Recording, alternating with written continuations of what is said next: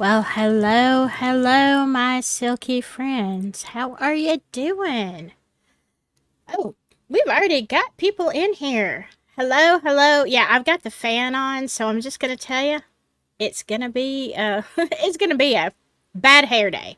I'm so excited though. I've got Brain Bungler backstage, and I also have another guest, possibly two. We're gonna get in. I don't know where this discussion is going to go, different opinions.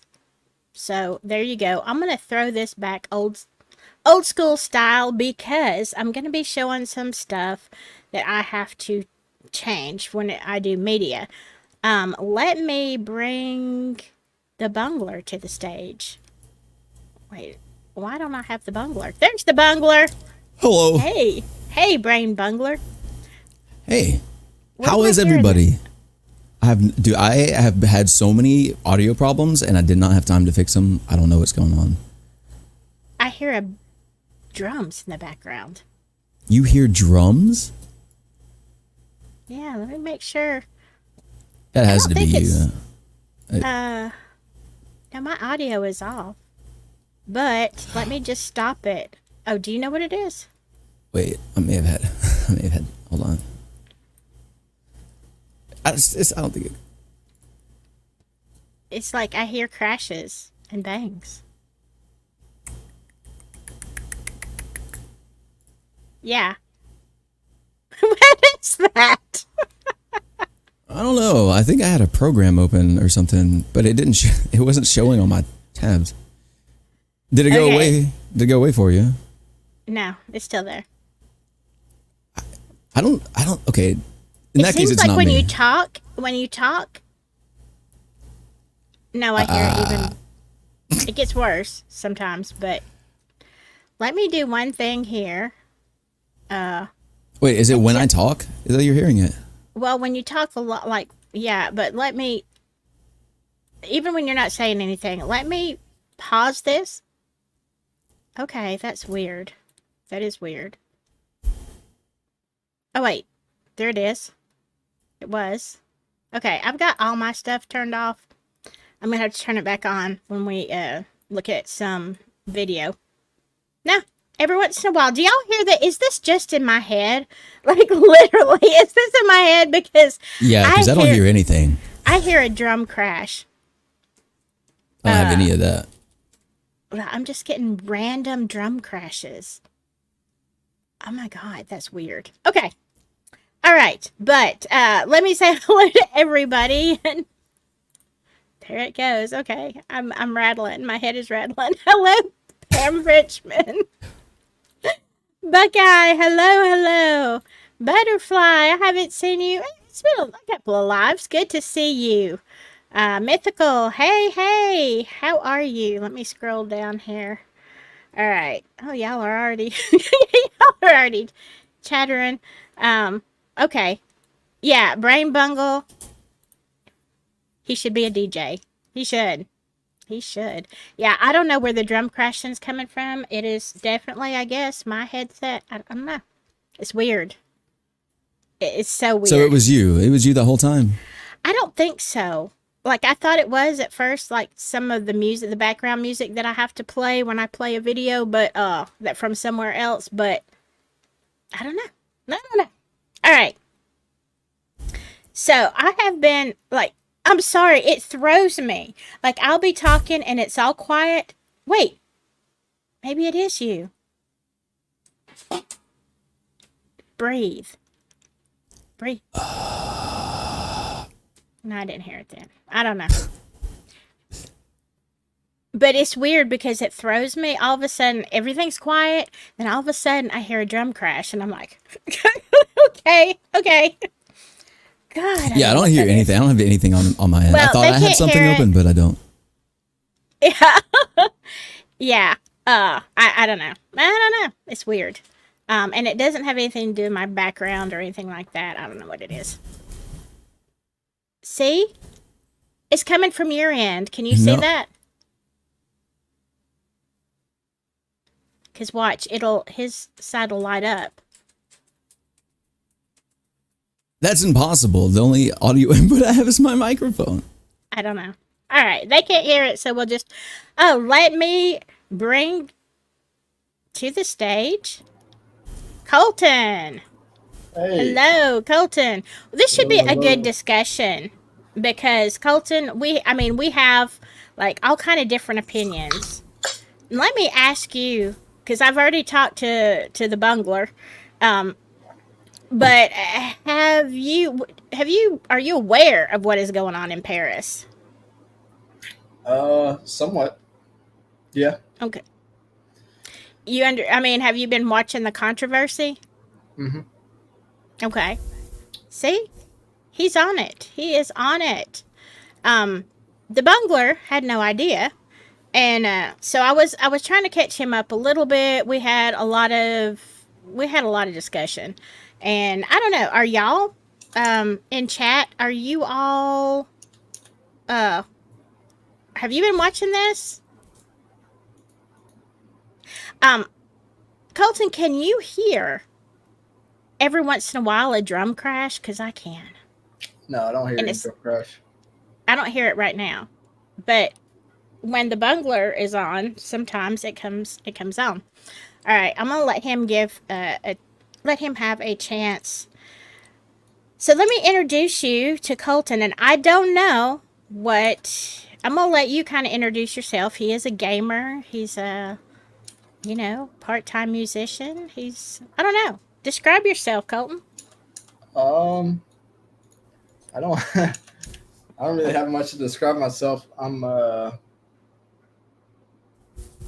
Uh, yeah, I'm a gamer, but I'm really just a guy with some opinions. And I worked in law enforcement for the last year, and that helped shape some of those opinions. And yeah. Do you think it changed you working in law Uh, enforcement? oh yeah, definitely. I mean, you have to kind of have to change to do the job. Yeah, So. yeah. So maybe I'm gonna be surprised by your opinions, but I'm gonna tell you what. Uh I'm gonna move this over here and I'm gonna play this. Now this is let me see, I'm gonna have to go back on here now and start the music. It's gonna be very, very low, but What is the where does this video from? Do you know? Or this is from India. It's one India. And we talked about this the other day when I don't know what video it was. Was it when you were on Bungler? We were talking about how if you watch the news from other places, they tell you a lot more than U.S. news does. The media here does not always tell you what you need to know. But I don't want to get a copyright strike, so let me start this. And I'm gonna put it very, very low in the background. Hold on, let me move it down just a little bit. Just enough to confuse everything. All right. I've got a lot of news stuff. If you want me to stop, just, yell, stop. Let me see. you could probably Well, turn the music up a little bit more if as long as you can hear it, it's going to be okay. can't really. It's like It's okay. very It'll quiet. confuse the background. Okay. Well, okay, hold on. I think you're right. I'm going to have to turn it up just a smidge. A fuzz. Just a fuzz. But I don't think there's a whole lot of talking in this one. So I'm going to read some of the things. Okay, we're going to see clips of the video of what they actually did for the opening ceremonies. But I found this interesting because you can't see it on here, but this user right here that says he's disgusted or they're disgusted with this whole thing is actually gay something. I mean, I don't know. It's a LGBTQ plus whatever person. But you can kind of see the things that are going on over the world.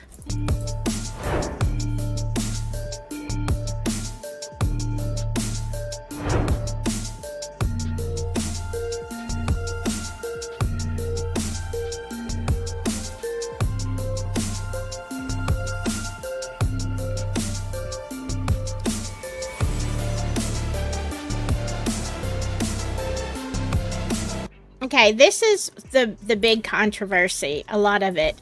This guy up here in the blue. This is supposed to be the god Dionysus. This one in the middle with with the stuff coming out of the head, that is very reminiscent of Renaissance and art, where they always would put that on Jesus' head. So Yeah, I see what you're saying.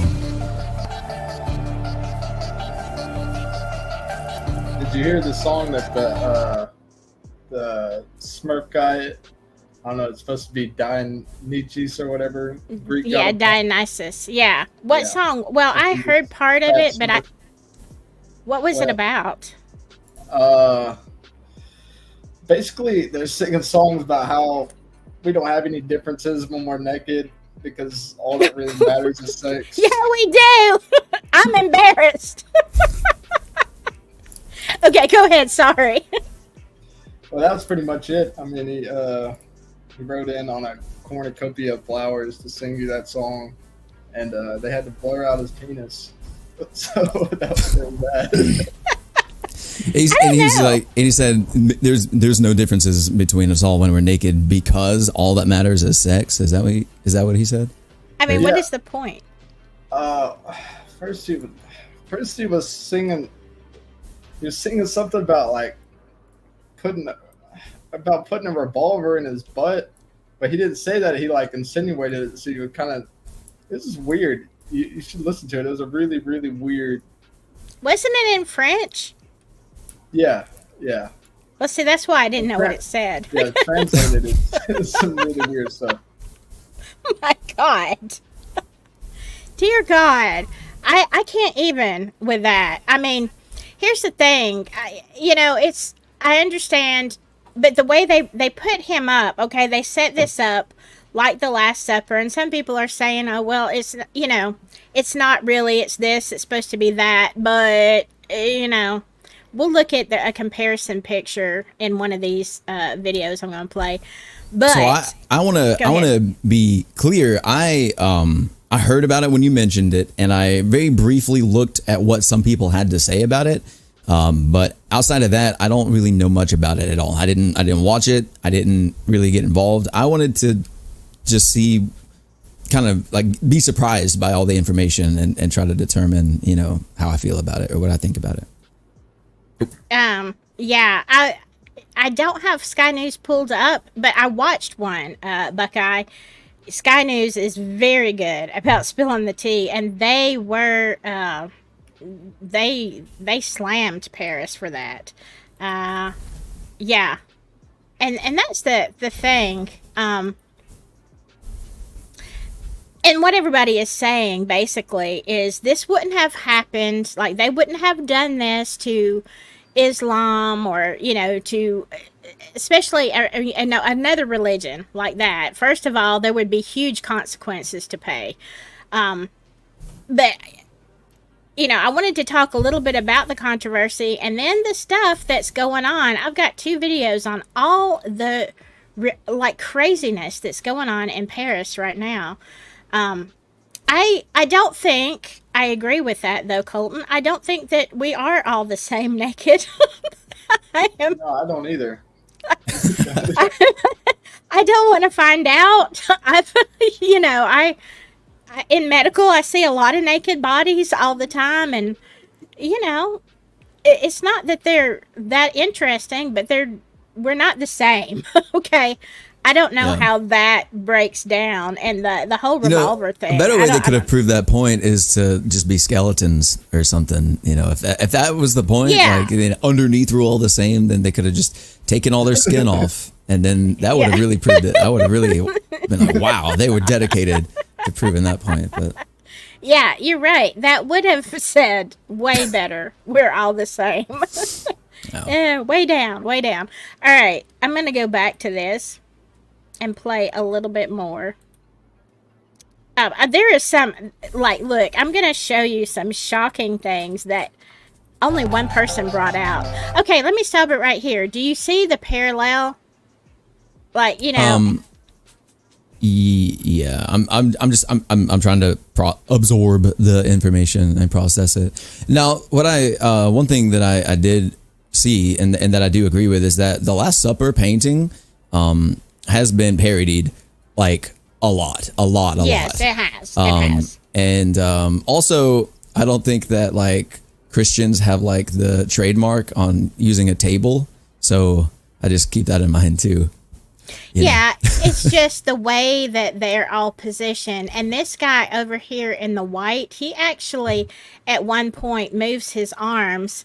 I mean, it wasn't a freeze frame. I didn't see one of the exact thing, but definitely. But the idea, yeah, is the same. And I did hear tell. I didn't find the source, but I heard a couple of people mention that.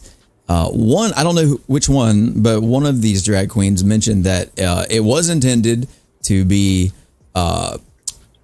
to symbolize or to appear like the Last Supper, and also why that's not a big deal or whatever. But again, I haven't seen a whole lot of this. I don't really know what it all looked like, but someone here recognized that this is what that would look like, and they said that that was their intention.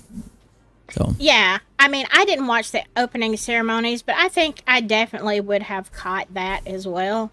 Yeah, and I only say that because a lot of people are like, say that it was just it wasn't, it wasn't about that, and if it was, it wasn't a big deal, and if it was a big deal, then I don't care or whatever. It's not a big deal to me. I mean, it's the disrespect. It's the venue for me. Disrespect. Christians get disrespected a lot. They get mocked a lot. I think we're all kind of used to that, but it's the venue that got me. Yeah, definitely.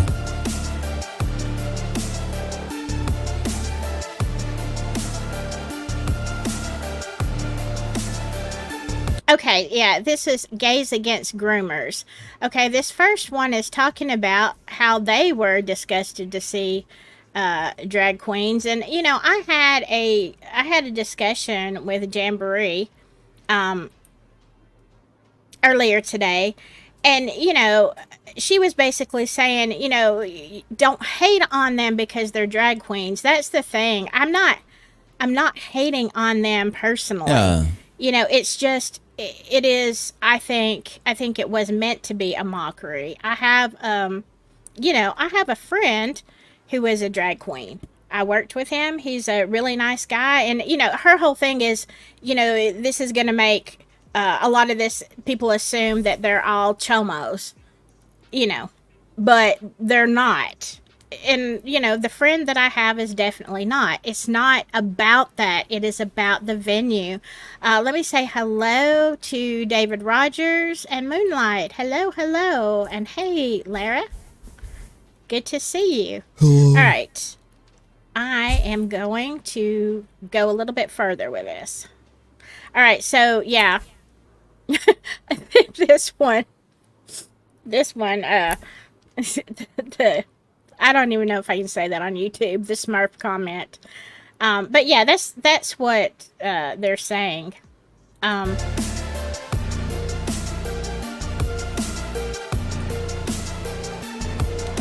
You need to swap it back over. I can't see it. Oh, sorry. Good. I'll take it back about 10 seconds. Okay, let me go back to there. Okay, yeah. There we go.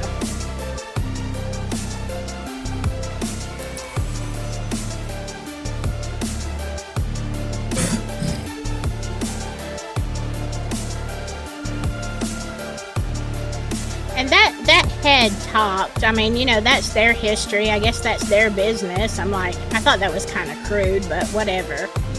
All right. What is amazing is if the shoe was on the other foot, if there's even a hint of being offensive, the carry-on would be next level. Yeah.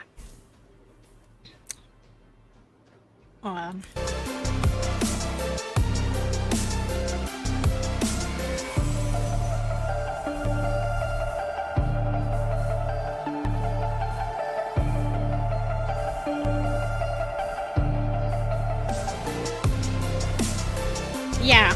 And there is more, okay? They say this was not, they gave a very poor apology, but only because of the outcry. 2.4 billion Christians on earth, and apparently the Olympics wanted to declare loudly to all of them right out of the gate, not welcome. Now, let me stop this for just a second because I was watching a one of the surfers, okay? He got a message. He had it was not really a cartoon, but it was kind of a graphic like that of Jesus on the bottom of his surfboard. And they said that was absolutely not allowed. So, I mean, I don't know if anybody else has any religious symbols from the other countries, but, you know, I felt like that kind of was like, okay, you say it's not about Christianity, but, you know, what was that hurting anybody? You know, you can put whatever, can't you? Unless it's. What do you think, Kolton? Well, oh, my, oh my goodness. Oh, give me a second. Okay. All right, we'll watch some more right now. I just like to point out that that the symbolism of Jesus is a pretty. It's not even so much. It's not explicitly religious, being that it's also like a pretty big cultural landmark for Brazilians as well. Sena de Cristo or whatever. Yeah. You know, I mean, yes, that's like. It's not like you know what I mean. I find that a little annoying. You know that I'm not saying. You know, it's not like I'm not saying it's a big conspiracy. I just think that that's kind of irritating. Like who's in charge of making these decisions? You know, someone who shouldn't have the job. Lara says, I think there's a distinction between parodying art that depicts one man's imagining of a religious event and defiling the said historical religious event. Yeah, I mean, I do too. And like you said, though, Bungler, it's been parodied a lot.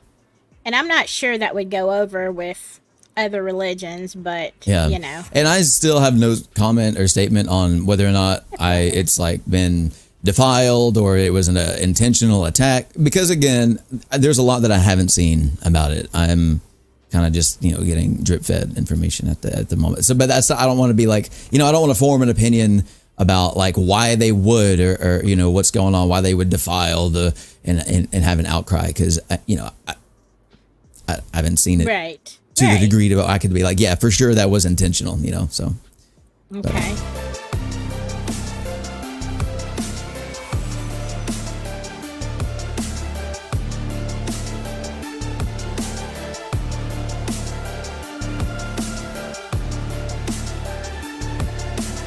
Wait, what was that quote?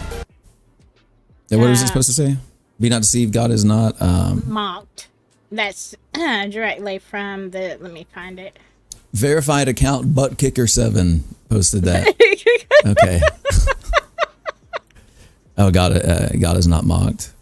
Okay. Yeah, and it gives the scripture Cool. reference. Sorry, I That's just wanted okay. to see it. That's fine.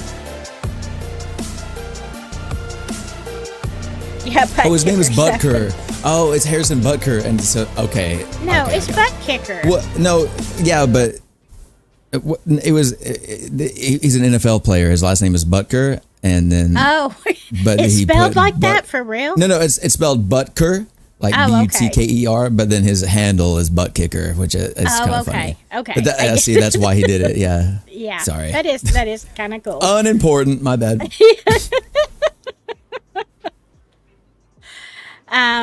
Let's see. Let me keep going.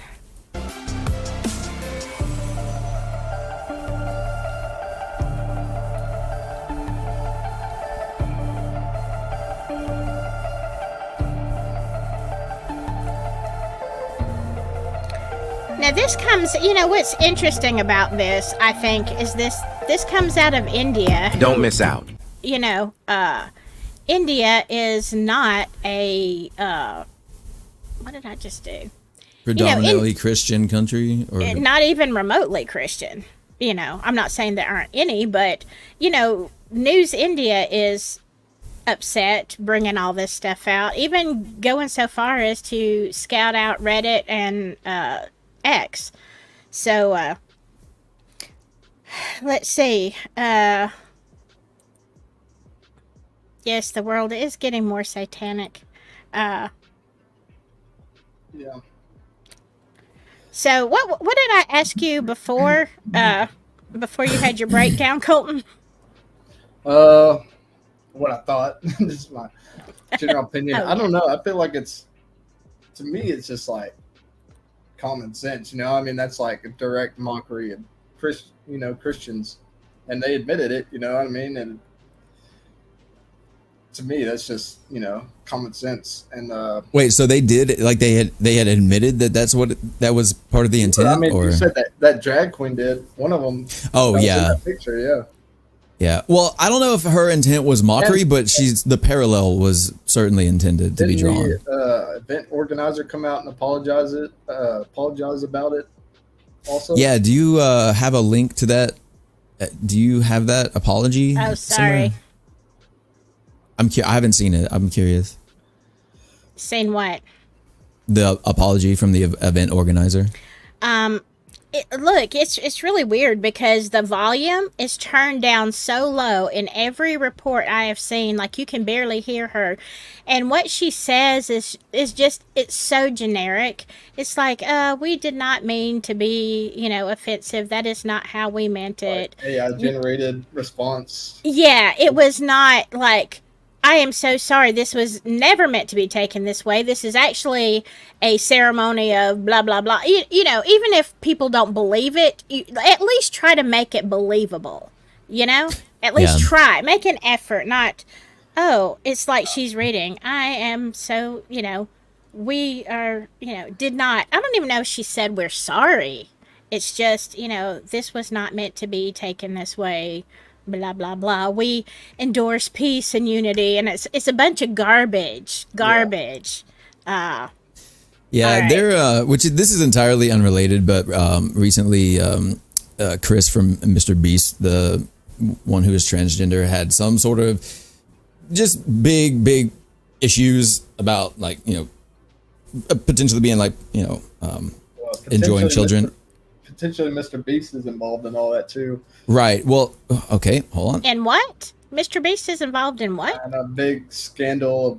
It seems like pretty much every big YouTuber out there now is getting exposed at some point, one after another, for usually things to do with pedophilia or.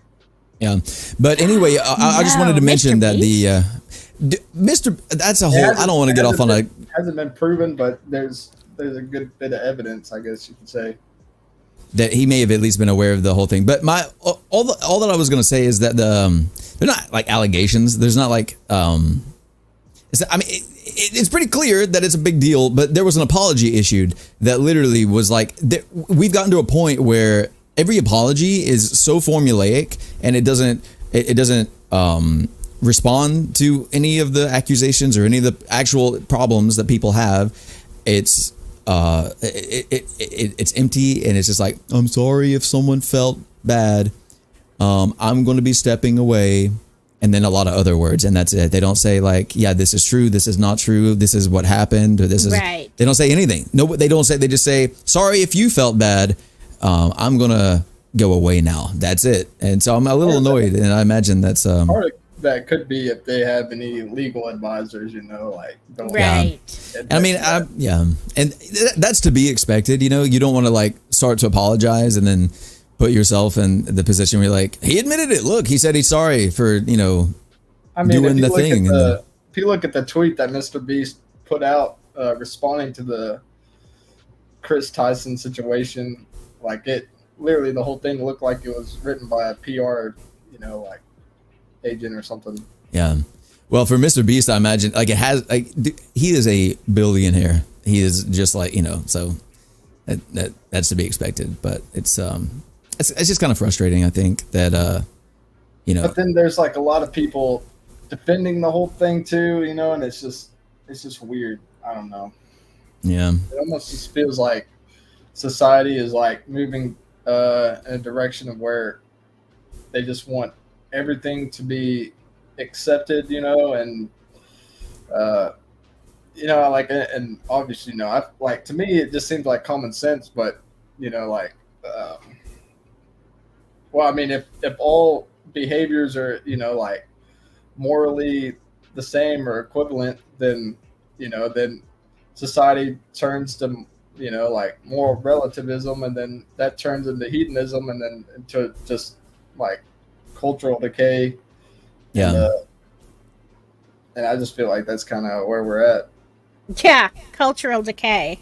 I Absolutely. think the original goal of, like, I think a good portion of this whole kind of thing started with the Me Too movement, and a lot of those, a lot of instances there were good.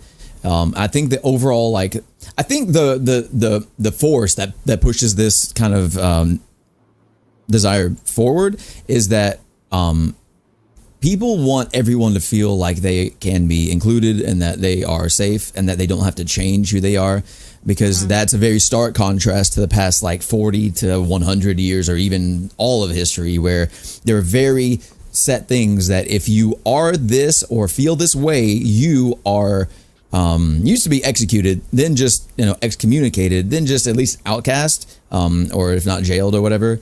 And I think that people understand that that thing, like concepts of love and acceptance, are a big deal or very important, but they don't have, like people in general, like as a collective, don't have like a good enough foundation of like what that actually looks like or how to carry that out in a way that is because then you just start saying everything is okay. There aren't really any lines or anything, and I think that's the importance of it, of having things that are definitely okay and definitely not okay, because Well, otherwise I it's mean, just like, but here's the I don't want you to thing. feel bad. I want you to feel like you can be yourself, and then it gets crazy. Right, but my whole problem with this is the venue. Yeah, if you are anti-Christian, that is your right. If you want to go put on a show somewhere with this same thing, that is your right. Yeah, And I defend rights to, as long as people aren't getting hurt, whatever. People are going to do what they want to do. They are going to watch whatever kind of shows they want to watch.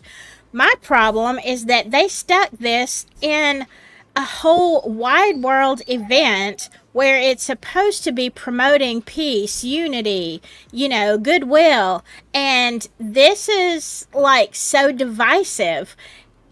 That is my biggest problem. Is like, yeah, if you want to make everybody feel included, then don't exclude in your ceremonies the ones who are going to find it offensive, yeah, and I could see that, and I think which, I mean, I don't know. There are a couple of things I'm thinking about that I want to say. One, I think, which, I mean, whatever the intent overall, I don't know who organized the actual, like, I don't know if it was a skit or costume design or whatever. Whoever said that that's the show or whatever that they want to do. I don't know what that person or that group's intent was necessarily. But if it was indeed like an attack against groups. Now, I will say that France actually has a history of doing that towards lots of groups. They've excluded and shut down and pushed away and cast out many different like religious philosophies and groups and stuff like that. Like, that's something that they do a lot. So that's not super surprising for but the problem again is that it is the Olympics, which in the day that we're in, the whole, like, there's so much global tension that the Olympics, the symbolism of the Olympic rings is about unity and connection, right? So Right. that's kind of the very worst possible place to make a stand and exclude anybody like that. Like, that's Exactly. the worst place. That's the worst time to do that. And so, like, yeah, like, be upset if it was especially like mean spirited. If it was intended to be mean spirited, like, that is definitely very wrong. And it doesn't matter about what group it is. It could have been towards any group of people. That's so messed up, and that's like against the entire philosophy of the reason we have the Olympics in the first place. And so Yeah, exactly. I'm going to go to this one because there's something that this guy. Now, let me tell you, first of all, he is going from a Christian perspective, okay? So, and it's someone else's YouTube thing. I don't know, I don't want a copyright strike on this, but make sure everybody can see that. All right, let me skip this out. Middle there. And so it's just left me a bit confused, honestly. But when we're comparing this video to pictures of the Lord's Supper like I'm putting on screen, it seems to have very stark resemblances. Let me move it up to right here. I thought I'd throw it in the video there. Kind of reminds me of something out of like Dr. Seuss or something. And then this next one, this one's a bit disturbing to me because I don't know if you see what I see, but it looks like that person is not, their genitals are exposed, which is very strange. But what makes it kind of disturbing even is that there were children close by next to this person while this is all going on that are part of this act. Here are just two on screen, and I'm going to give you another angle. You can see that there are children up there while this person is exposing their genitals. Too. Yeah. So, yeah.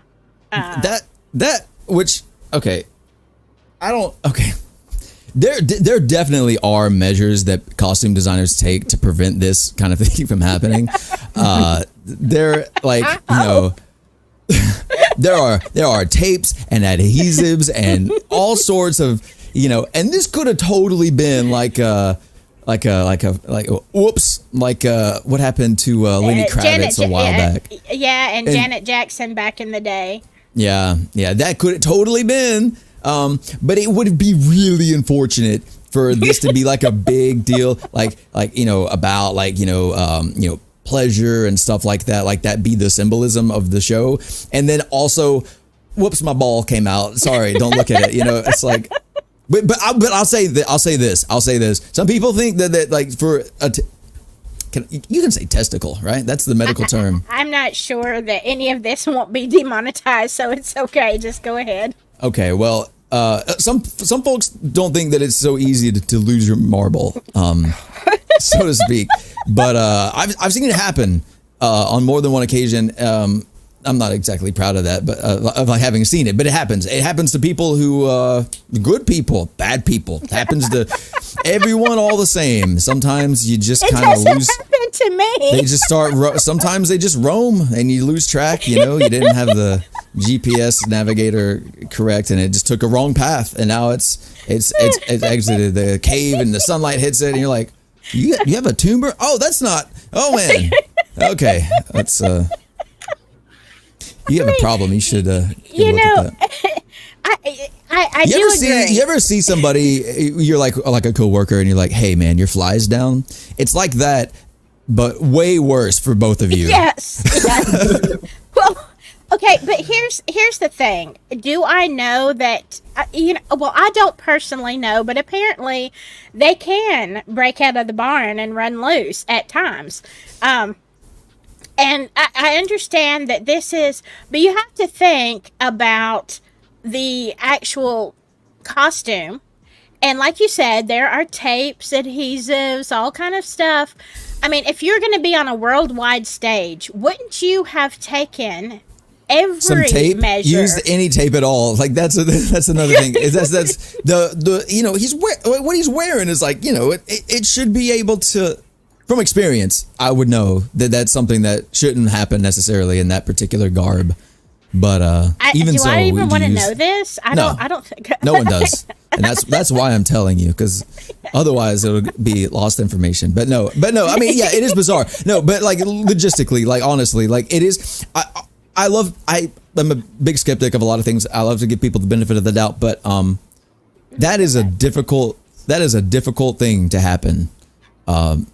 If that has an underside, if that is not a skirt, I can't really tell. It looks like shorts. If that is not a skirt, then that is a very difficult position to find yourself in. I think those are shorts. I really do.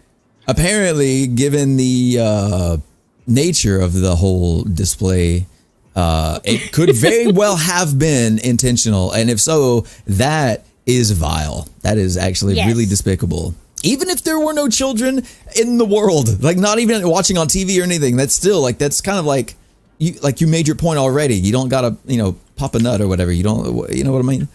Yeah. That is gonna get me in trouble right there. I'm sorry. I don't know how to say. Yeah, Colton. Looks like Colton is wondering what in the world he got himself into. Yeah.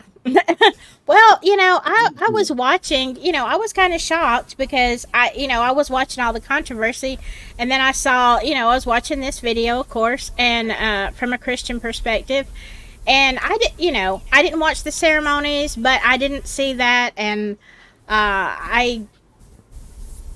yeah. Homeboy forgot his Spanx. Yeah, I know, that's what I was going to say. But wouldn't you think that you would have something like on underneath there, even if it was a small strap of some kind? 100%. You don't want to take that chance. No. I don't, But anyway, yeah. WWE has stricter guidelines than this fella. So yeah.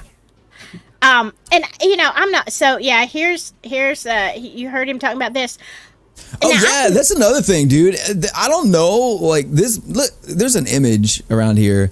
This man, like, he's got something on, but like, there's a lot that is visible. There you go.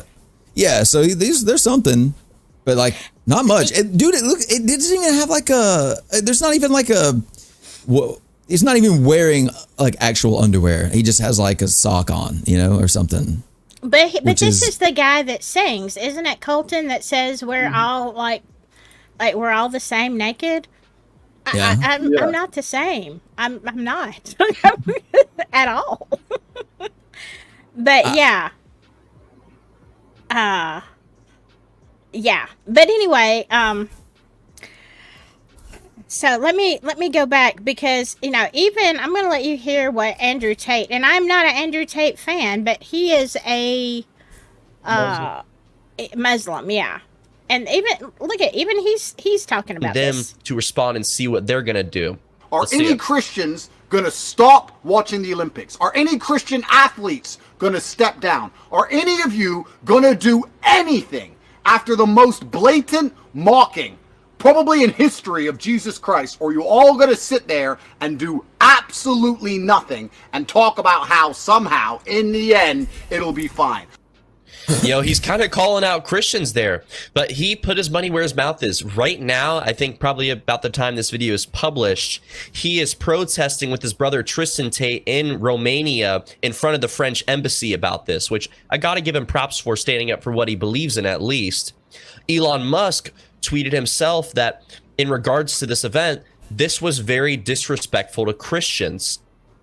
And now let's see who also tweeted. Harrison Butker, and if you don't know him, he's been a controversial Catholic football player lately from his commencement address. If you know about that, I mean, you either do or you don't. But he tweeted out a Bible verse that I think is a great reminder to all Christians here. He says, "Do not be deceived. God is not mocked. For what things a man shall sow, those also shall he reap." Yeah. So, and I wanted to bring that up. Let's see what's going on over here. Yeah, this is him, blue guy, Dionysus. He came out in this right here. This platter. This is your, I don't know. But yeah, they said it was supposed to be kind of representative of this, a festival, but it's clearly more like this. And that was the whole point of this, particular video. Are you, Laura said that Tate was standing up for a bag, and that was definitely my first instinct. Is that but also he's still standing, and it doesn't matter, you know what I mean? Like, it may be for sensationalism. That is kind of like how Andrew Tate came to be, controversy and all that. But he's very valid. It's very true. Like, I mean, people are is anyone going to do anything about it? I wonder that too, because I don't know if they tried this in France with the Muslims, and that Charlie Hebdo would have all of its employees murdered. You know what I mean? Yeah.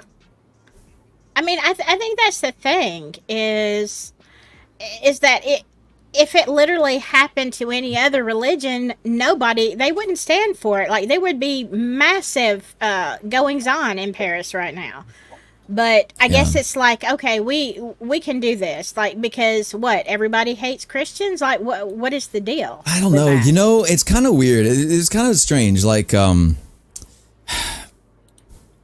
I Go think ahead. I'm just kind of trying to like formulate the way I want to say it, but I'm gonna just give you a word salad instead. It's not gonna make a lot of sense. I think one of the things that I feel like is that like Christian people are already hated because we did a lot of pretty terrible things for all of the time that they've been around, you know, since the Crusades and all that. And now there's at a point where, like, you know, I don't know, there's not like really like any like leeway to be super like radical, aside from like I mentioned to you earlier that, like, you know, radical Muslims, you know, have very like, you know, radical Christians are basically just like yelling at gay people and saying, you know, like standing outside abortion clinics and stuff like that. But that's not like, you know, I don't know. I feel like people are almost kind of afraid to, like, you know, because it's like, you know, people already aren't like a big fan of Christians anyway. There's not like a whole lot of people that are gonna be like, go get them, you know. So that would be one of the things that I think would hold people back from, like, you know, causing a big ruckus, because like we kind of all carry around that baggage. Like, yeah, there's a lot of us that kind of messed up a lot already, you know. So yeah, I mean, but that's been every religion, you know. I mean, even, you know, the Pope, and I mean, I don't know, like everybody's, you know, it's like everybody in a high power has been exposed, you know, it seems like to some degree. Well, I found a couple statistics that might seem somewhat relevant. These are from 2020. And these are taken in, okay, so this is, okay, according to one study, in 2020, 51% of the population aged 18 to 59 in metropolitan France said they had no religion, while Catholicism remains the dominant religion. 29% of the population says that they are Catholic. Islam is second at 10%. The frequency and intensity of religious practice varies by religious affiliation. Only 8% of those Catholics regularly attend a place of worship, compared to just over 20% of other Christians, Muslims, and Buddhists. And 91% of people are raised in a Muslim family, and they follow the religion of their parents, while only 67% of Catholics follow the religion of their parents. So it seems like, you know, religion is falling away, childbearing is falling away. So I have a question. Do you think a religion like, okay, so the West, you know, and America, the free world, you know, is based on like these Judeo-Christian ideas. Do you think that's necessary to have a religion like that most people follow to, you know, like keep peace in a free world, you know? Do you think? Wait, I'm sorry. Are you asking, is it for political reasons? No, I'm saying, do you think religion is necessary to, you know, to keep us all like sane from killing each other and taking over the world? You know, like, do you think that's necessary to keep America how it is? You know, because it's based on, I guess, Judeo-Christian ideas. Yeah, I do, because you have to have a moral basis. If you don't have a moral basis, and I know even amongst Christians, they disagree about what that moral basis is. But if you don't have like guidestones, so to speak, you know, tenets, something of morality, and what you should, like the 10 Commandments is the basis of our legal system. Like, how are you going to say what's right and wrong if you don't have some kind of structure? Yeah, I mean, I will say that without like, you know, it's interesting. I like the philosophy of it, is that, you know, religion is its own thing. Like it is set away from politics. But governance and maintaining peace requires certain, you know, things to be stated and maintained, laws, rules, and at certain points, a lot of situations, there it comes in that question of morality, like what is a wrong thing to do and what is an okay thing to do. Some things are obvious, like don't murder people. That's pretty clear. But even like depending on the society, you know, like if there were no like religion or anything like that, you could say that murder is actually encouraged because it could, you know, theoretically make the group stronger. You know, if you're able to kill somebody, then that they weren't, you know, they didn't deserve to be around. You were stronger. You made then everyone collectively stronger because of it, you know. And so when it comes to like concepts of morality,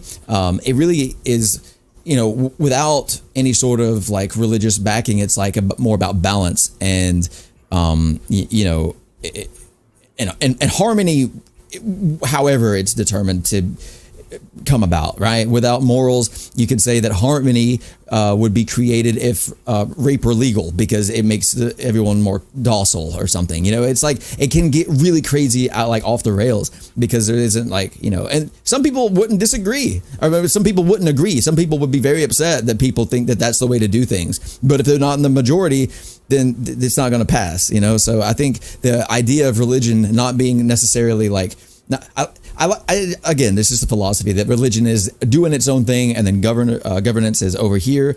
But then in certain situations, depending on the culture, you know, governance, you can actually look and see what people agree on collectively and then pull from that. And I think because of the religious standards that are created in these stories of, you know, like Jesus or whatever else, that the standard of what is okay is raised a lot. Like, you know, it isn't good to murder everybody so that everyone is stronger, but that, you know, just try not to murder people because then that will put you in jail because, you know, God doesn't think that's a good thing. And even if the governance doesn't think that matters, it culturally begins to matter. And so you know what I'm saying? You see what I'm saying? Like it changes the way that the rules are made.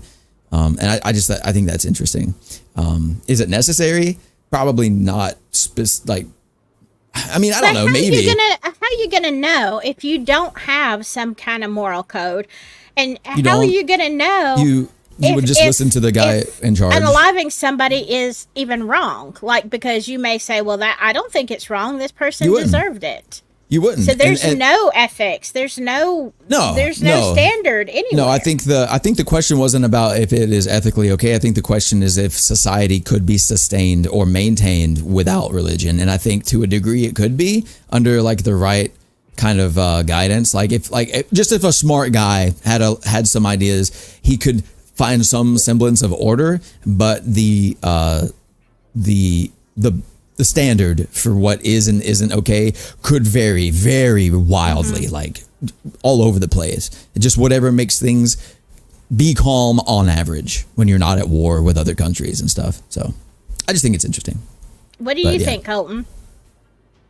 I agree with all that. I mean, yeah, if you think about how laws were probably made, I can imagine there's a group of people back in the day, you know, like just imagine one of these islands that still exist today where people don't have contact with the outside world, and they're just like a little group of villagers, you could say, you know. And anyway, so, you know, like laws are just made because people do stuff that, you know, like they collectively are like, yeah, that's annoying, you know, like, you know, if you're, you know, I don't know, you can't just go around killing people, or, you know, I mean, that's laws are made like almost instinctually, like,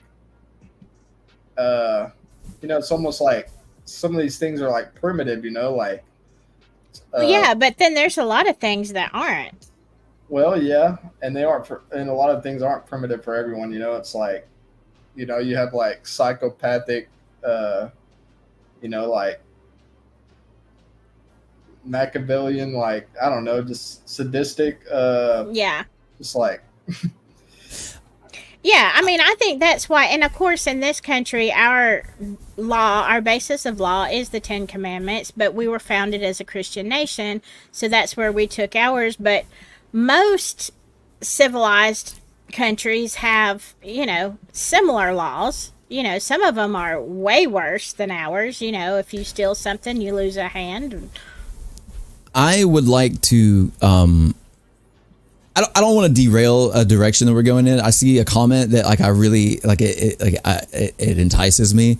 Daniel Price said, "Right and wrong is learned behavior. Religion is not a prerequisite for conscience or morality. In many cases, religion's done more harm than good in world history." That second comment is entirely unrelated. It seemed very pointed, so I'm just going to stick to the first part because that's not really related to the first part of the comment. But right and wrong is learned behavior. I like the idea of that because people. So I love the thought process, right? That what is okay and what is not okay is learned behavior, and that the majority would say, "I don't want to be murdered, so let's make it illegal," right? But the thing is, because that's the society that we live in now. I guess you could say. I don't know why I'm still on this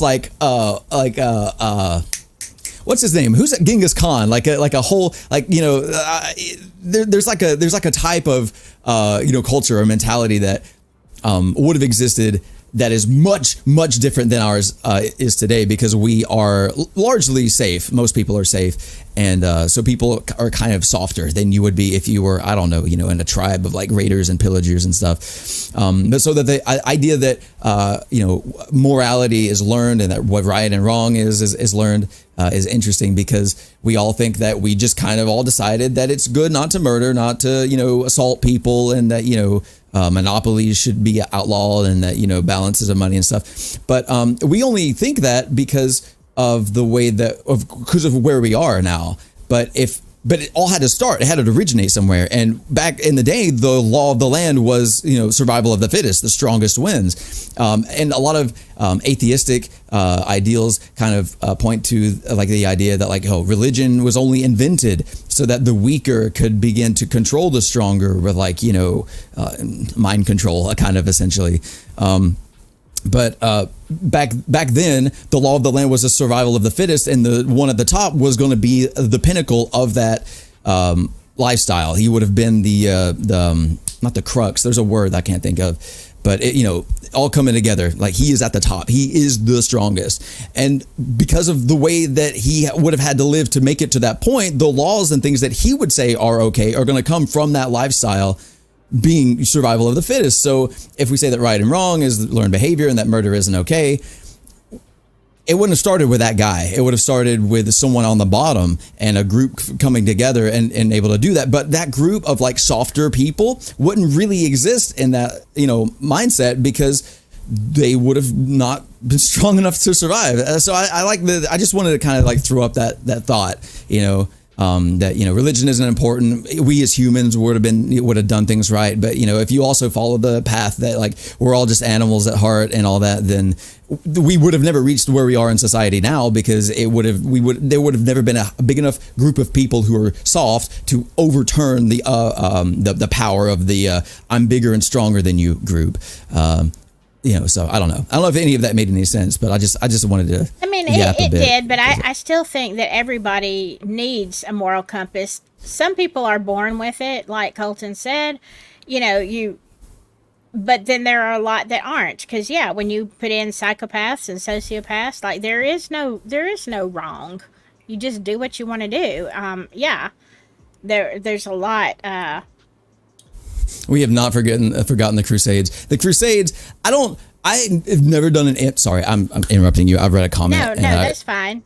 Laura said, Raiders and Pillagers, have we forgotten the Crusades? I have never done an in-depth study of the Crusades, but so far as I can tell, they just wanted land, and they said, well, people aren't going to like us for killing people because we want land. Let's say that it's for God, that God wants the land. But I don't think that God ever cared about the land.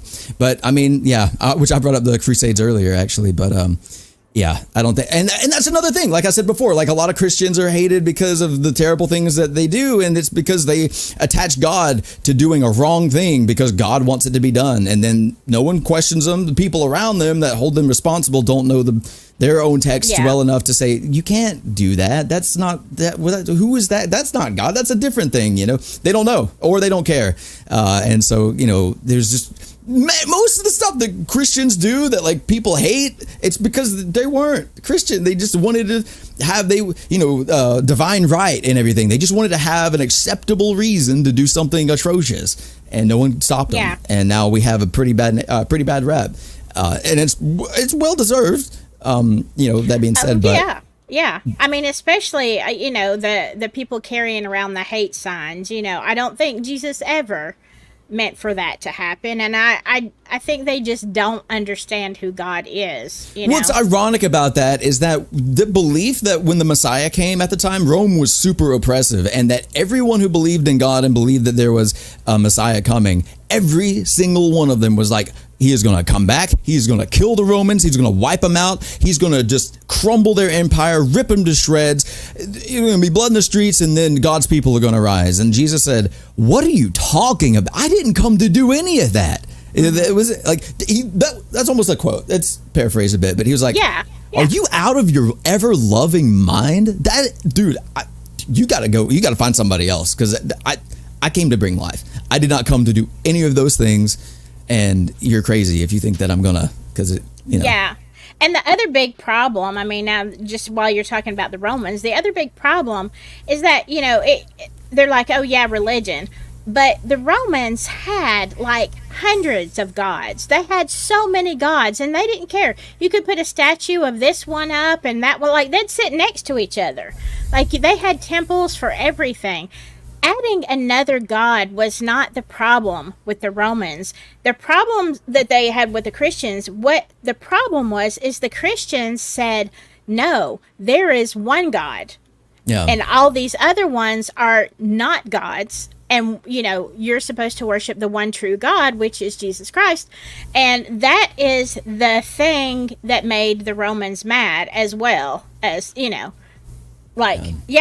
how dare you? I mean, you can put a statue, if you can put a cross up, that's fine. That's all good. But you can't say this is the only way. That is the big problem that people have.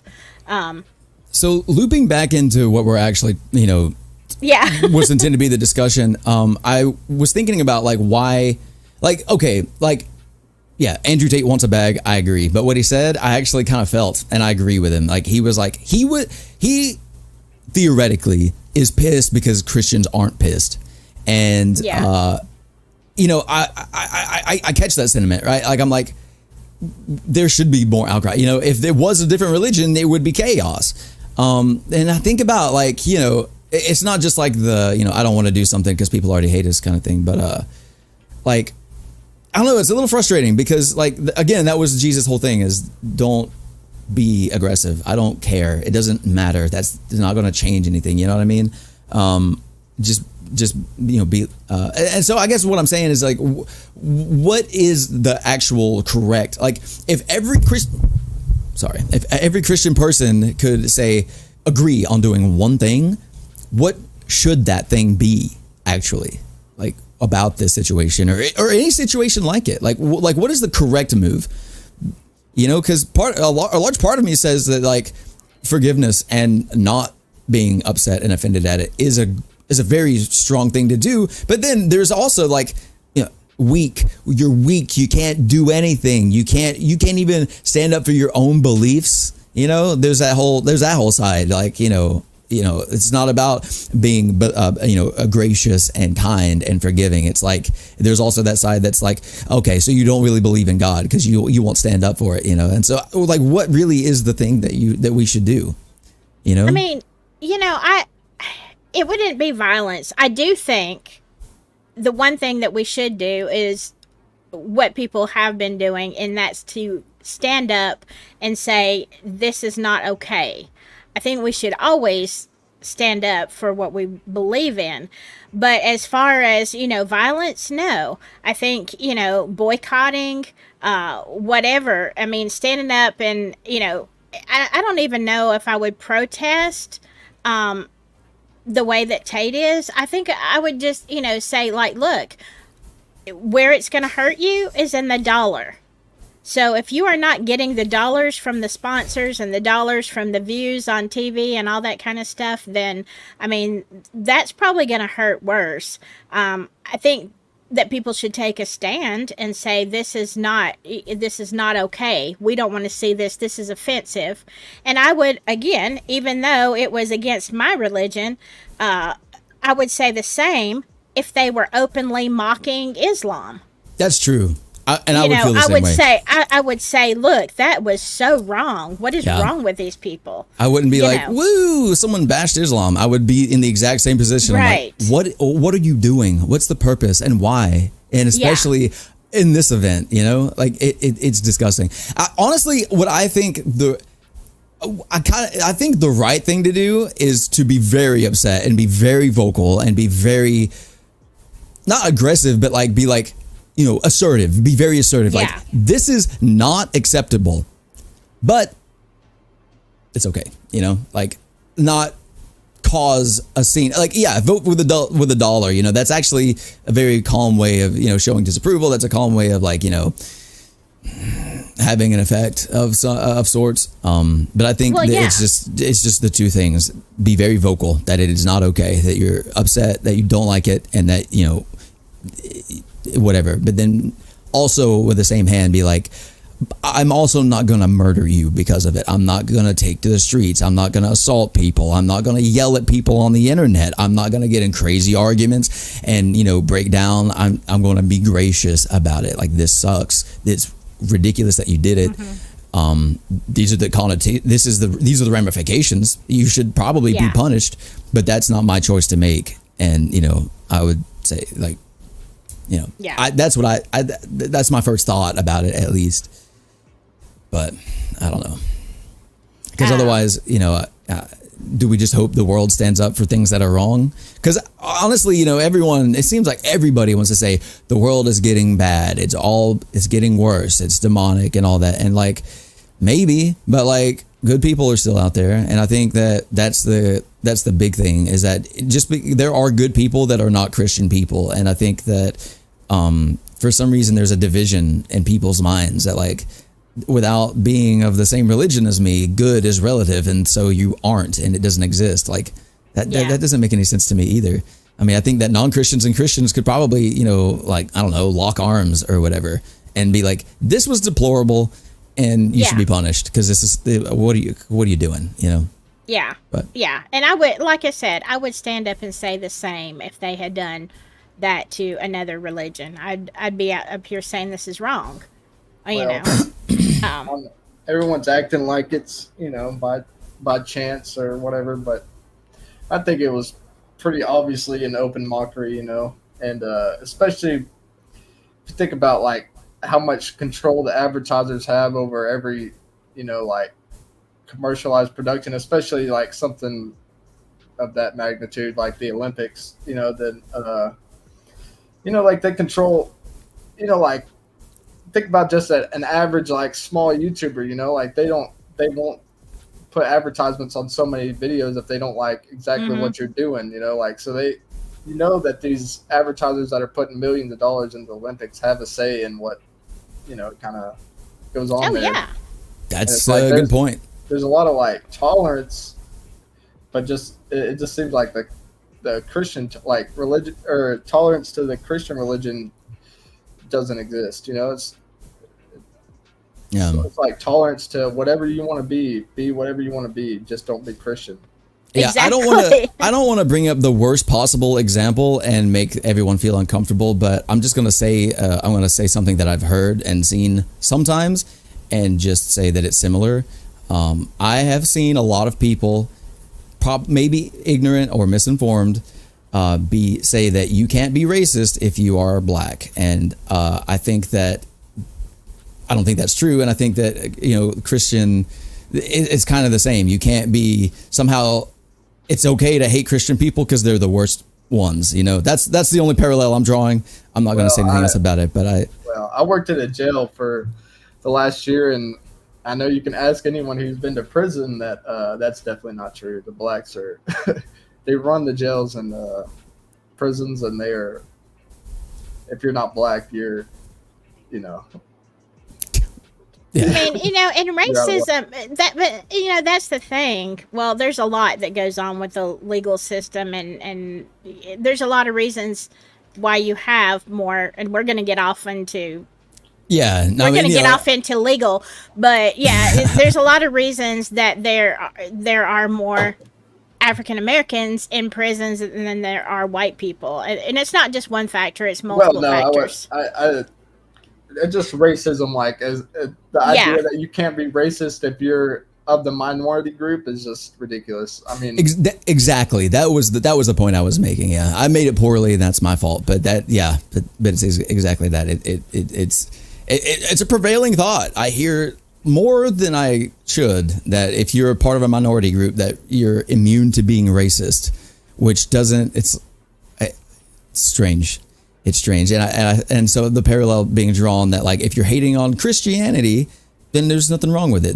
They're not really, they're not a religion to be respected because they've done, they were the oppressors for a while, and like like I understand the sentiment kind of, right? Like I can see where they're coming from, but like use your brain, man. Like if you want equality, then everyone is involved. You know what I mean? It's like just because one group is stronger or more deplorable or whatever, unless the religion is like murder is wonderful and we should all do it. And then you could probably be like, those guys are worse than others. But other than that, I think that's the key missing component for a lot of equality discussion is that like equality on its surface is a wonderful idea, and then when it's put into practice, the problem is that I think the biggest problem, honestly, with humanity in general is that everyone agrees with a statement, and then everyone takes that statement differently, and so you have just crazy things like we are all equal, okay, but then everyone's like, what does equal mean? And it's like they're still well, I don't they're higher than me, so I can be more aggressive or whatever. It's just and so we get these crazy situations where Yeah. Anyway, sorry. I'm gonna go. Let's see. I'm gonna share this one. Let me see if I can managed skip WordPress this. hosting a boost with AI. Just answer a few questions.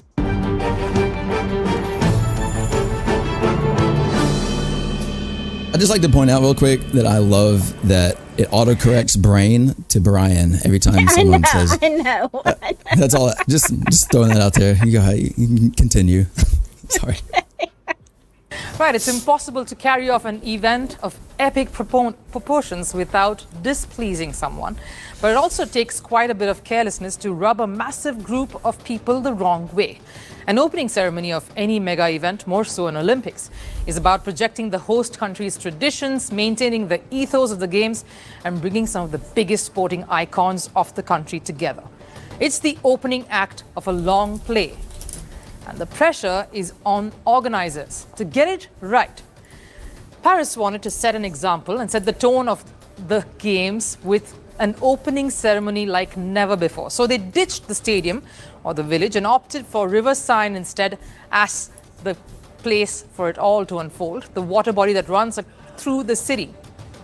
Pollution and toxins aside, they wanted to provide spectators and everyone gathered there a spectacle to remember. Yeah, I think that too has some bearing on it. It wasn't a small audience. They had the world stage. And I think, again, this is not from one of our major networks. This is obviously she's having a hard time. Look, I was looking at the headlines, like it even upset South Korea. I mean, come on. Well, there's a lot of stuff. We're going to look at what has happened since. But this is First Post. I have not seen this channel before. And the excitement was sky high, despite the rains that threatened to dampen spirits. But I'll tell you what, rain couldn't do what the opening scenes of the ceremony managed to do. Create quite a furore. Wow. Okay, I think because we've already talked about, I want to go to the things. Let me stop this one and go to some of the things that I've got that have happened since. This is crazy, y'all. And let me just say, wait, hold on, I don't want to do it that way. Oh no. Okay, give me just a second. All right, somebody talk for a second so I can. What's up? What do you Because some of the things that we're going to look at in the next two videos, and I think it's just music. I don't think there's any talking in here, but it's things that have happened since the opening ceremonies. And this is where everybody is saying, you know, oh, this is like the wrath of God, and, you know, this is judgment. And what I had said earlier to you in the day, Brain, is I don't think, you know, everybody wants to say, oh, these terrible things are happening because they mock God. I don't look at it that way. I look at it as they happen because you clearly said, okay, we don't want you in here. And so it's not God punishing them as much as I think he's like taking his hands off and saying, okay, you don't want me, you don't want my protection, you don't want anything to do with me, then have at it, and let's see how that goes for you. That certainly reaches into like a theological perspective. I don't know. It's interesting, I guess. I would say that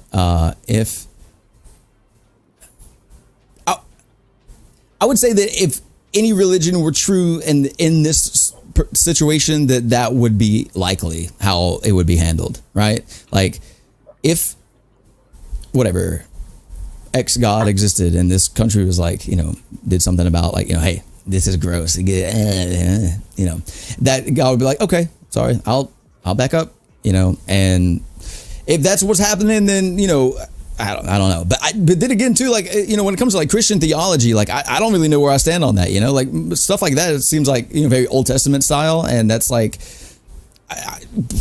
like I said earlier, it's like I would warrant to be careful about like, you know, like thinking about, because I think kind of a digression. I think a big portion of like Christian aggression comes from like overbelief and like Old Testament style law or whatever, where it's like God's like, don't do that, and someone's like does it a little bit, and then God's like kills them instantly or whatever, you know. And it's like, yeah, it used to be pretty crazy, you know, and now it's different.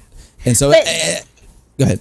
Well, yeah, because that's, you know, we're under grace. And I mean, I know we take that too liberally at times, but we're not in the age of judgment. It's like, I mean, do you still have judgment for some things? Yes, there are examples in the New Testament of it. And we talked about that, Brain and I, earlier. But the basic thing is if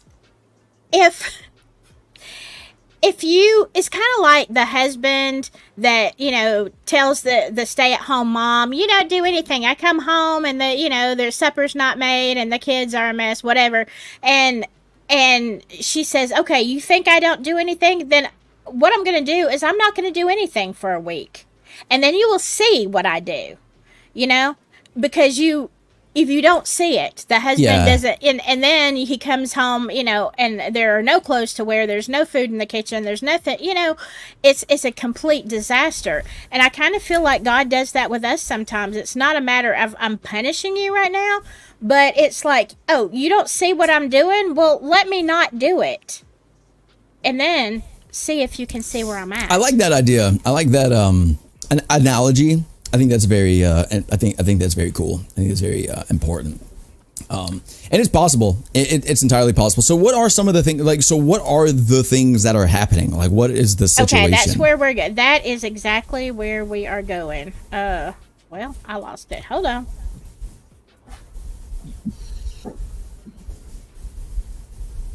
Okay, let me make sure you can see it now.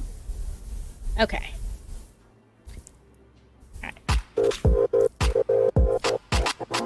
It starts slow. Robberies, blasphemy, blah, blah, blah. Scandals and controversies. You're always going to have that.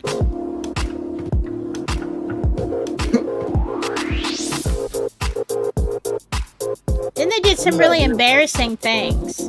What was that, Kolton? Was that music? Oh. Yeah, it's not mine. It sounds staticky. You were hearing... Yeah, it's music. I have to put mine in there too.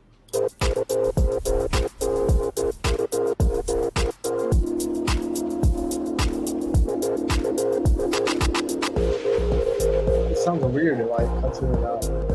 Yeah. Well, this is from India.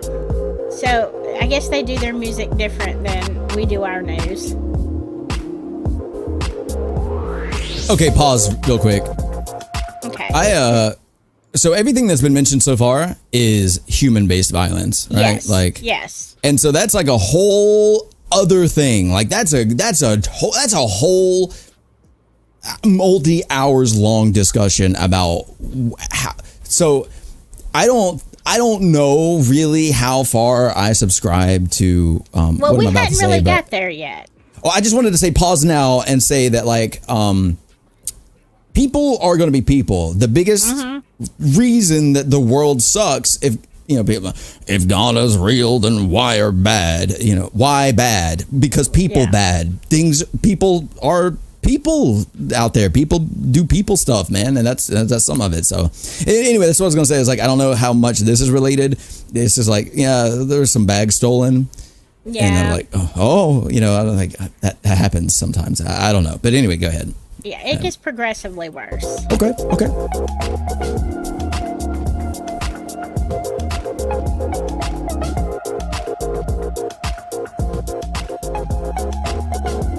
Is there? Did you say something, Kolton? Oh yeah. Okay. Yeah. The video you're playing, it wasn't moving. I wasn't sure what we were listening to. Is it moving? Okay, I'm not. I see it, but you know. Okay. I don't have you pulled up on YouTube, so.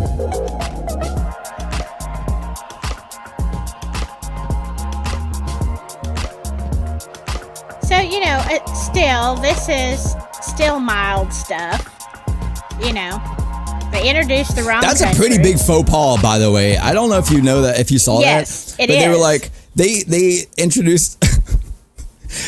French and English announcers made the mistake of introducing South Korea as North Korea, which, like, I guess phonetically you could excuse that, but that is a big whoops. That's like that's what you don't. That's not one of those ones you want to get mixed up. That's anyway, like sorry. calling a Southerner a Yankee. Like what?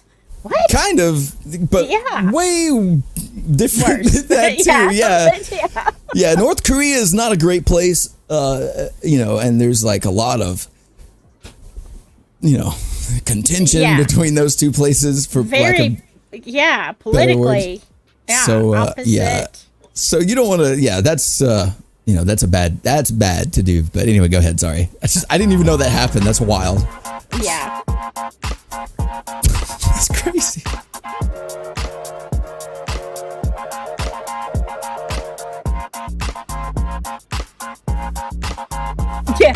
Yeah, they were probably afraid for it not to show up, not to be correct. Yeah. When North Korea shows up. Be a little bit more intentional with what you say. Now, I think this is interesting.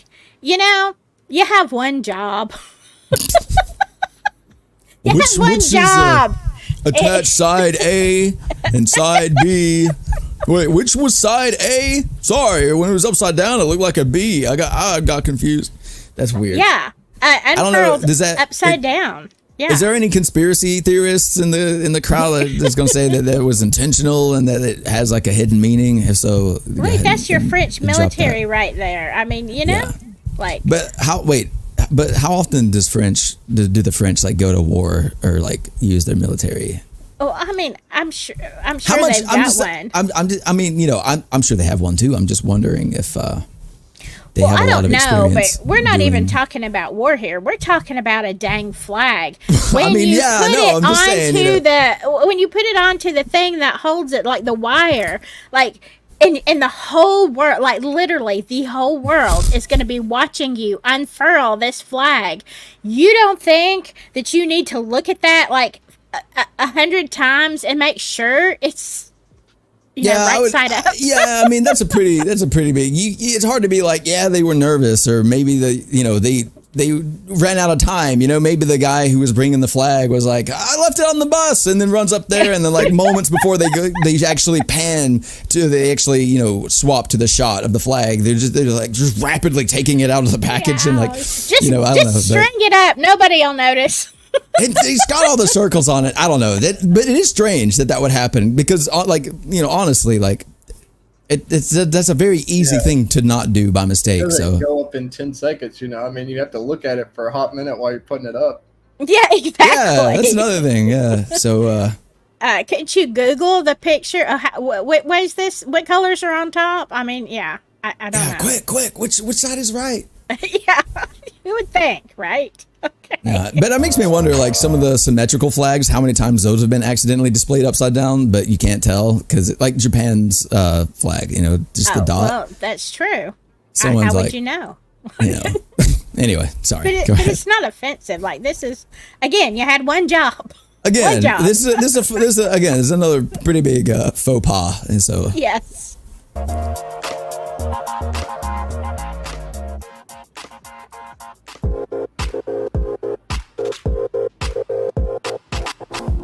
Now we start getting to the bigger stuff. Now, the day after they did this opening ceremony that was so offensive, all the lights go out. Now, it's really important that you have power during the Olympics. true. This is not a small thing. Look at, like, there's no power anywhere. Like, look at this, just darkness.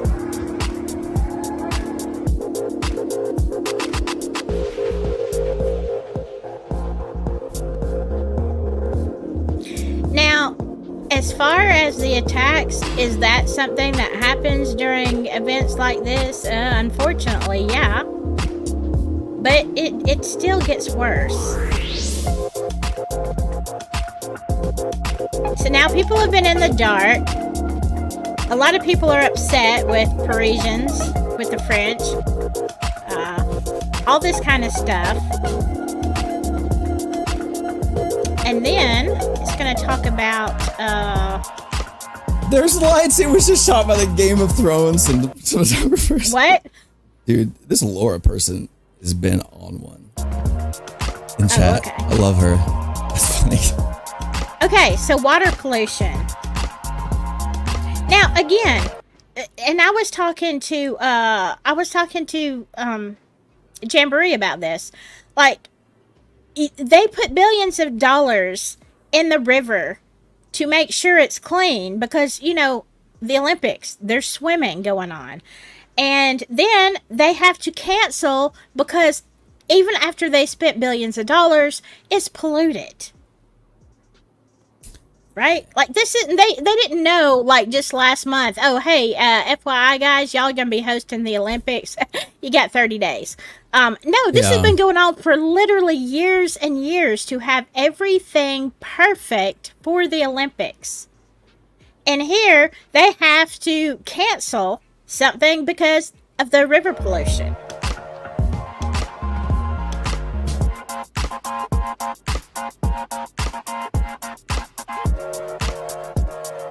Maybe they just had the wrong tests when they did it. Like the French, they're like, yep.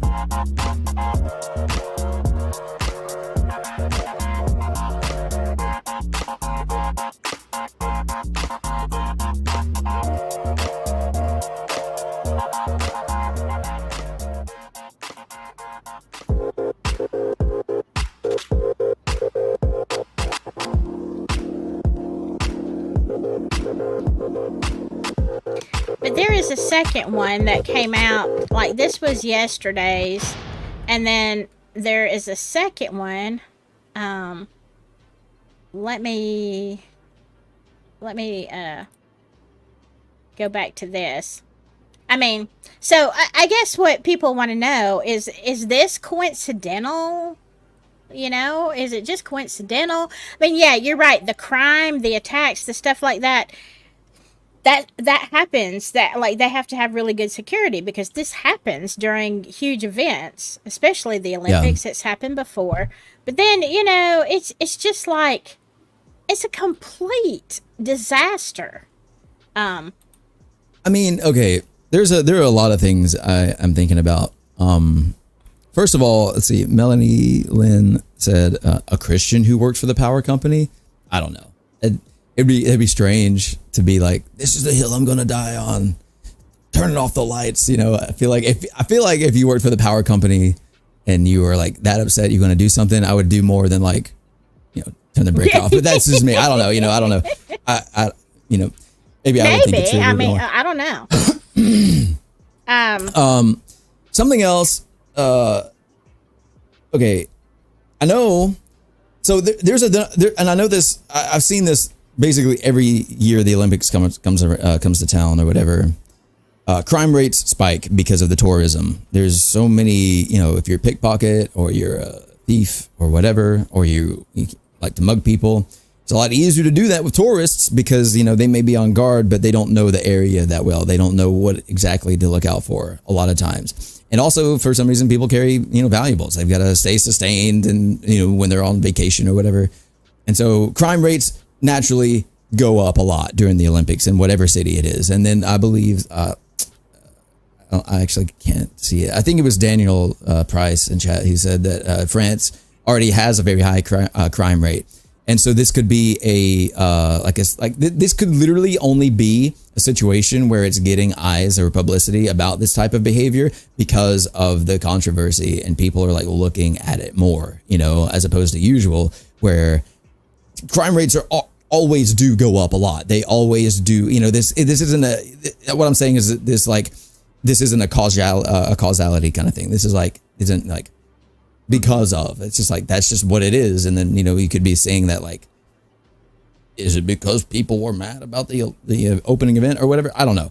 But the other thought that I had, because again I mentioned that these are all people crimes. These are all like people doing bad stuff.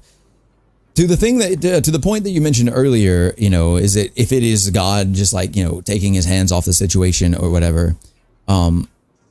I know as far as theology goes, Old Testament, God was more aggressive and he would, nature, fire, whatever stuff. But I think about the reality, like if this were a story, like if Christianity, the existence of God and all this were written as a composite, like narrative, then the evil side, like demonic, whatever, wouldn't adhere to the same rules or standards or whatever that the benevolent God would. And if God had a plan to allow people to be in charge and have power and all this, and he wouldn't be as meddlesome, right? But like the evil side, they don't have anything to lose. They don't have any rules they want to follow, unless they're led by like some grand tactician who wants to like be very specific. But if we're talking about like, that not being the case, I guess if you're talking about like just evil being, push forward, you could look at it like an equilibrium, right? Where like, one side God is pushing, one side the other side is pushing, and they're pushing each other a lot. And you could say that if this were the case and God decided to just take his hand off, then there wouldn't be any resistance to the negative opposition pressure type of thing. So I mean, that's all just like, again, this is philosophical. That's just like a thought whatever experiment, a thought experiment type of deal. It could be a situation like that too. But I'm more likely subscribe to the fact that, when people do crimes, people are bad anyway, and that's not necessarily a religious thing. Yeah. But the blackout, the blackout and the, I would say three things are interesting, is that the blackout, the water, which is strange. I know that, for example, Flint, Michigan, which was a big deal like 5 years ago because they don't have clean drinking water. They still don't have clean drinking water. That's been a big problem for a long time, and it's still hard to fix. I don't know. I'm not a water scientist. I don't know how hard it is to fix a problem like that. But it could have just been one of those things where they're like, we've tried, and the executive is just like, screw it, They'll find out when they find out, and they'll just have to cancel the triathlon. I don't know. It could have been like that. It could have been something like, a new disease rolled in from the coast and it flooded the river or whatever. So what was the train arson thing about? Or were they blocking trains, or what was that about? Okay, I'm sorry. I'm translating in my head what Shay Watson said. What? Okay. Yeah. I'm putting this up here because it's all. Yeah. By the way, and Shay, you may know this because I meant to look this up and I ran out of time before this live. I believe it was a Super Bowl, and it was a few years before, and I can't say the word, so y'all don't say it. Like, the thing that made us all wear masks, they actually had I believe it was a Super Bowl show, was it not? A few years before that was a lot of hospitals, like it was a foreshadowing of what happened just a few years later. It was insane. Everybody's like, what's this? There's a big pandemic, blah, blah, blah. Wait, so I no, see so what I you're haven't saying. seen the 92, 98 opening ceremony or 2012. Actually, I haven't seen any of the, as until recently, you had to always, pay for like a extra subscription channel to actually see the Olympics. And now you can just find it. So. Oh, yeah. Oh, you didn't mean to do that? I thought you just didn't want to say it. We had to decode it. Are you saying that you accidentally typed an entire sentence backwards, or that just That's happened? crazy. Yeah, I'd like to know how that happened. That is very weird. That is insane. In reverse. Yeah, that's why I was reading it. That's like saying that like your brain is like a drill and that you accidentally had it, going, clockwise instead of counterclockwise. Oh, what was it? Lefty tighty, righty loosey. How does that go? I can't remember. Oh, okay. Okay, so it was the 2012 Olympics. Oh, the 2012 Olympics is when they had that? I was thinking it was a Super Bowl. I don't know. I usually do watch the Olympics, although I like the Winter Olympics better than the summer. The summer, me. But the winter is the ones I usually watch. I probably will not watch any of it this year. But yeah, okay. I'm gonna finish this this last video, and this is just going on. This is what they said after. Yeah, this is after that first one of what's going on. Next week. Today is the day. I hope you will donate. Again, like you said, vandalism, that's people being people. I agree. But now communication lines are disrupted. Interesting.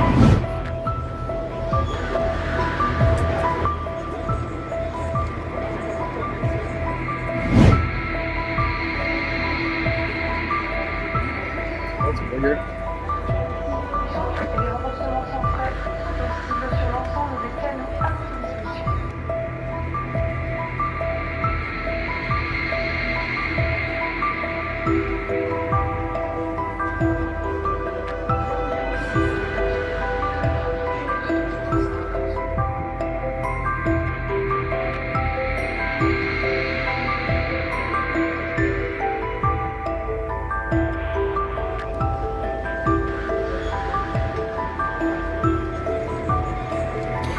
And this could be, just regular people doing bad things.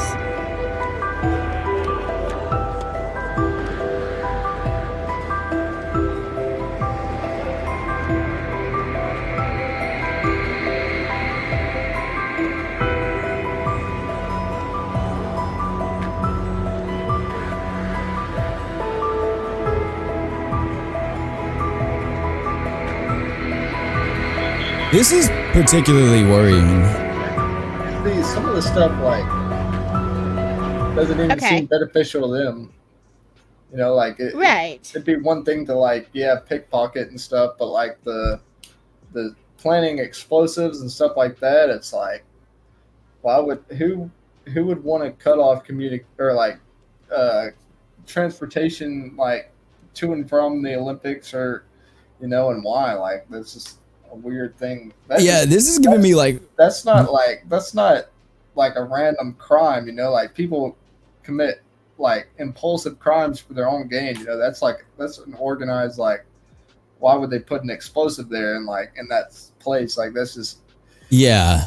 Yeah, that's the thing that's the vibe I'm getting. I'm getting like major like grand heist, like Ocean's 11 type vibes. Like these are very specific. Like my first thought was like, okay, they have cut telecommunication lines in half. They've been blowing up signal boxes. They've been like, and then they're like, these areas are affected. Like, dude, I need a map of like these affected areas. Like, what is it? Dude, these are not, you know what I mean? Like, if I'm upset and I have if I have an explosive, I'm not like causing like small disturbances, like I'm either taking out the entire grid or I'm like taking out like a cell tower or something, like if I'm that upset.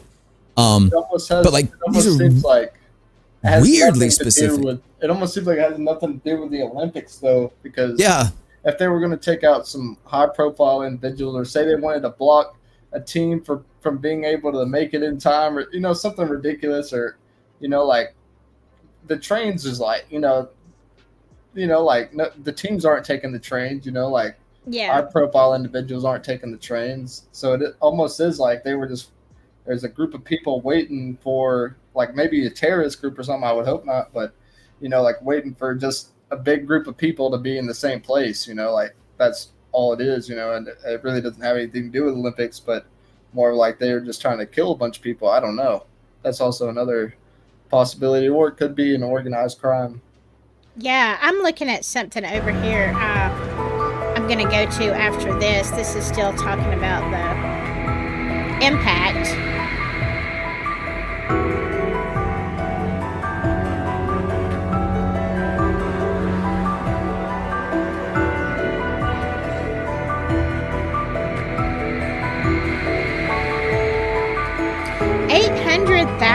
People stranded. Can you imagine? That's a huge amount of people. What are they doing? They're just sleeping on the floor?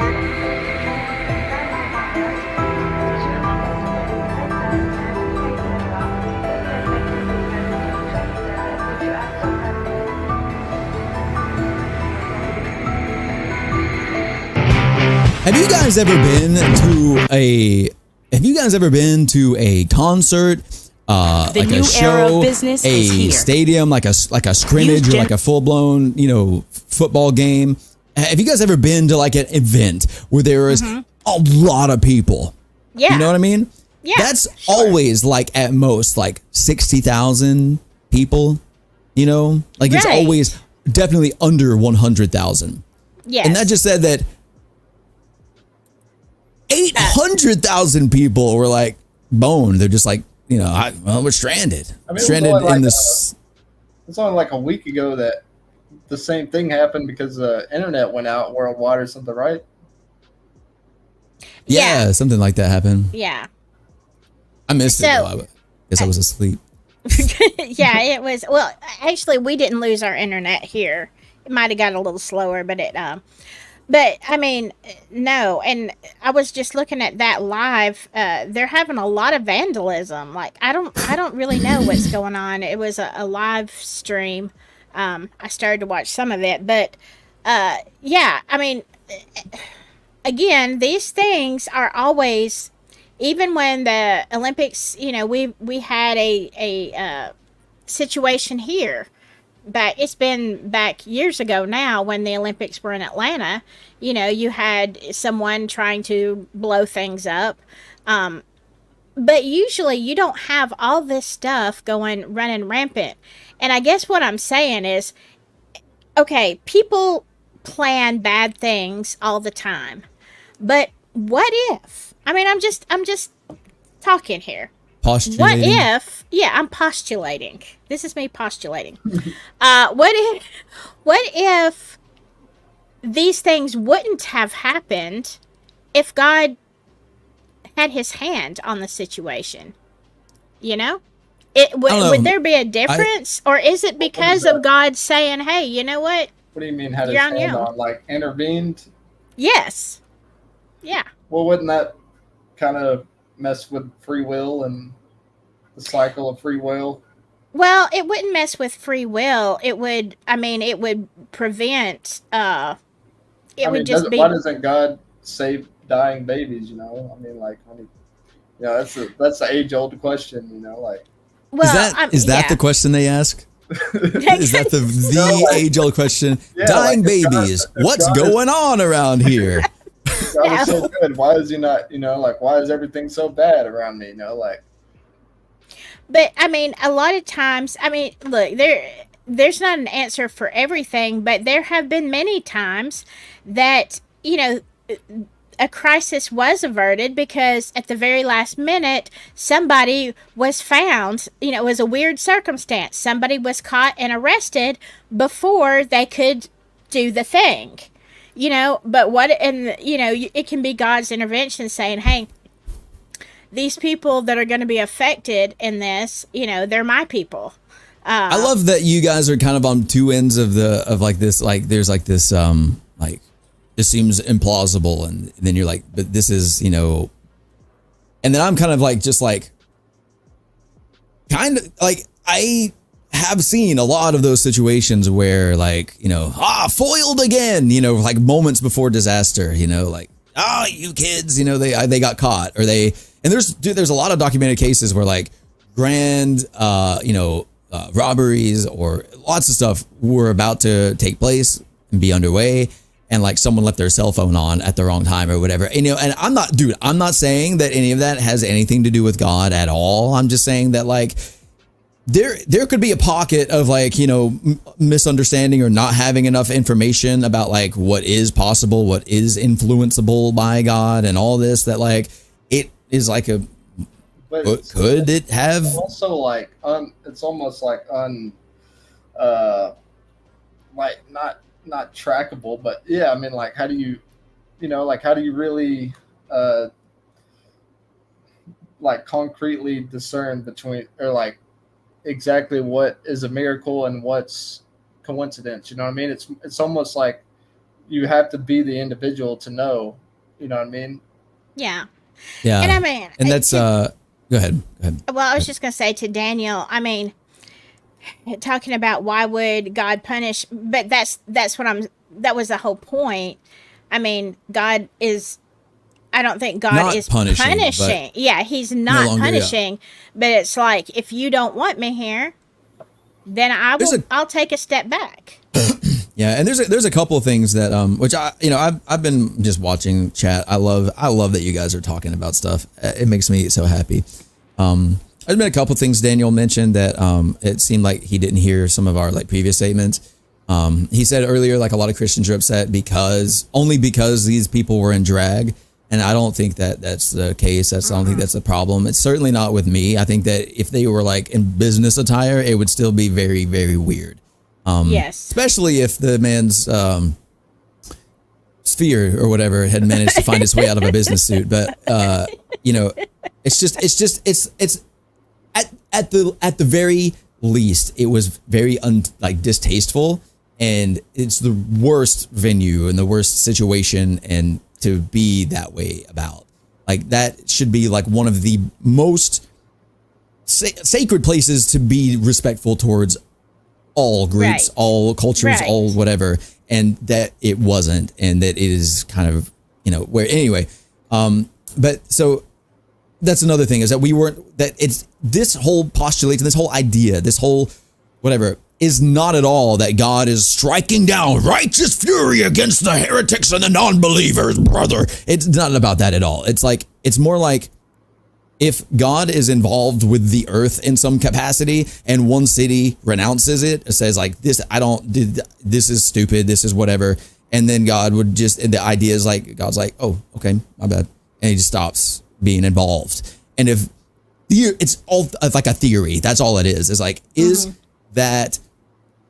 it even considerable that these things are more likely to happen because of the way that, because this isn't just that group of people, right? Like, this is something that like France in general had to be on in agreement with, and I think that was made pretty obvious by the comment that Kolton made, that like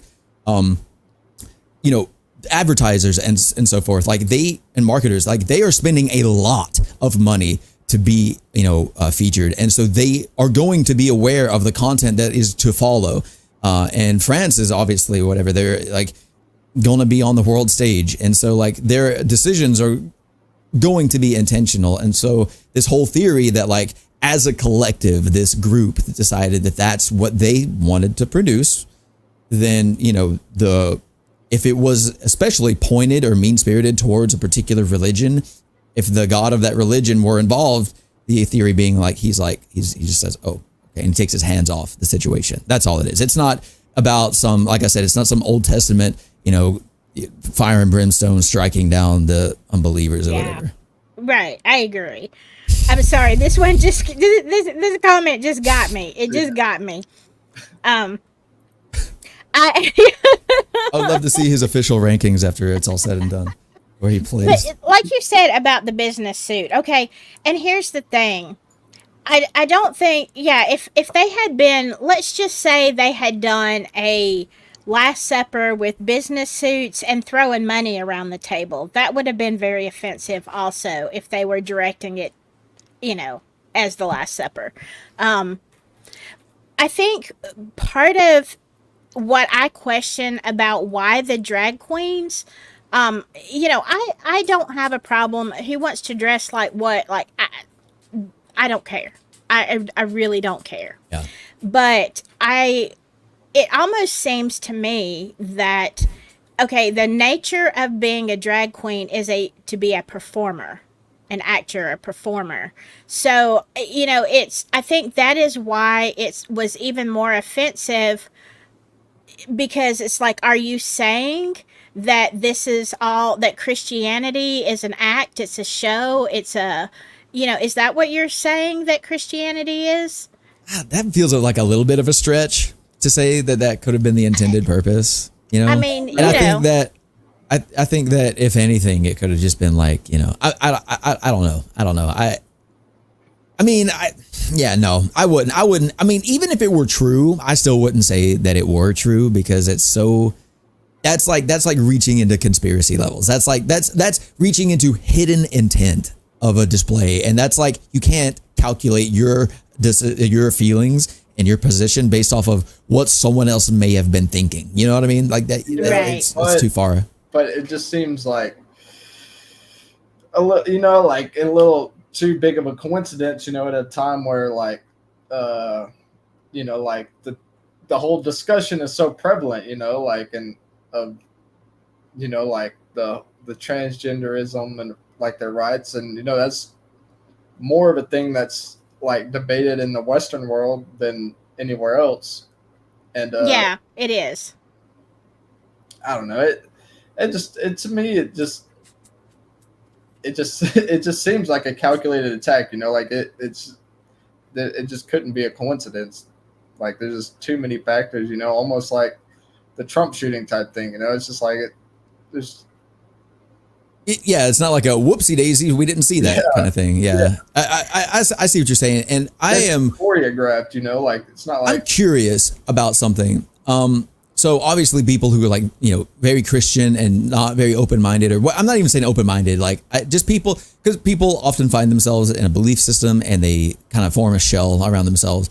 People like that see the drag queens and it looks kind of like the table. They'll be like, that's wrong, and that's my heritage or whatever. I don't know. You know, they get mad at that. But then there's the other side of it that's like, you know, so my question is like, is it a pointed attack, or could, in theory, the display have been geared more towards, you know, pride-esque type of a theme, right?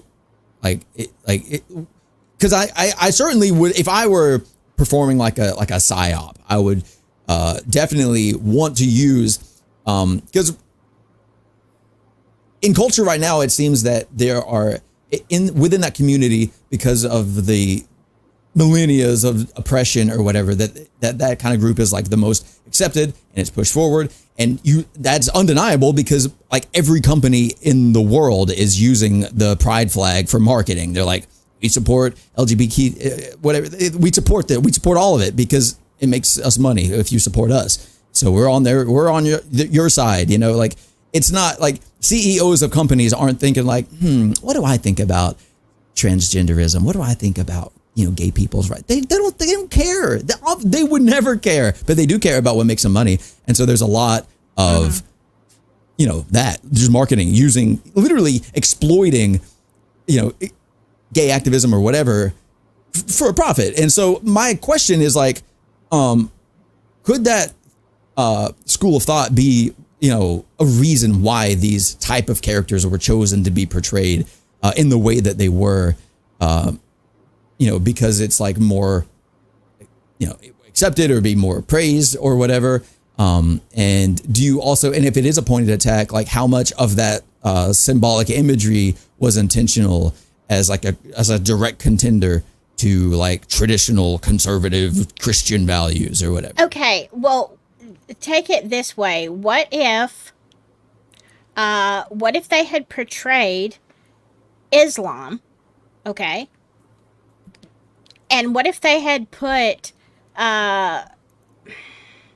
what if they had made all the Islamic, you know, leader? What if they made the, or you know, or something else? What if they made the Buddha a woman? What if they, you know, because in some of these religions, like women really, they hold no positions. So what if they did a, you know, an interpretation of a male-dominated leadership religion and put all females in there?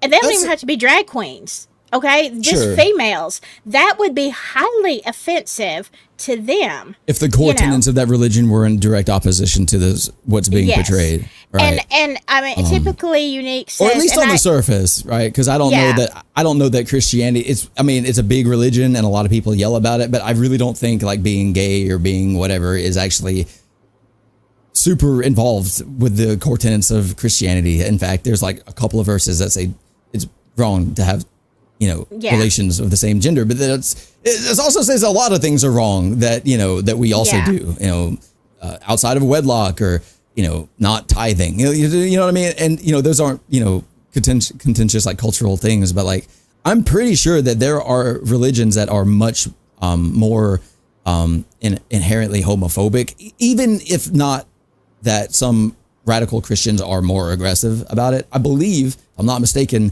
that there are still countries that will kill you for it. You know, I believe, if I'm not mistaken, Islam is one of those religions that, it's absolutely, you will be unalived. So, had they done that with Islamic characters, it would be World War III.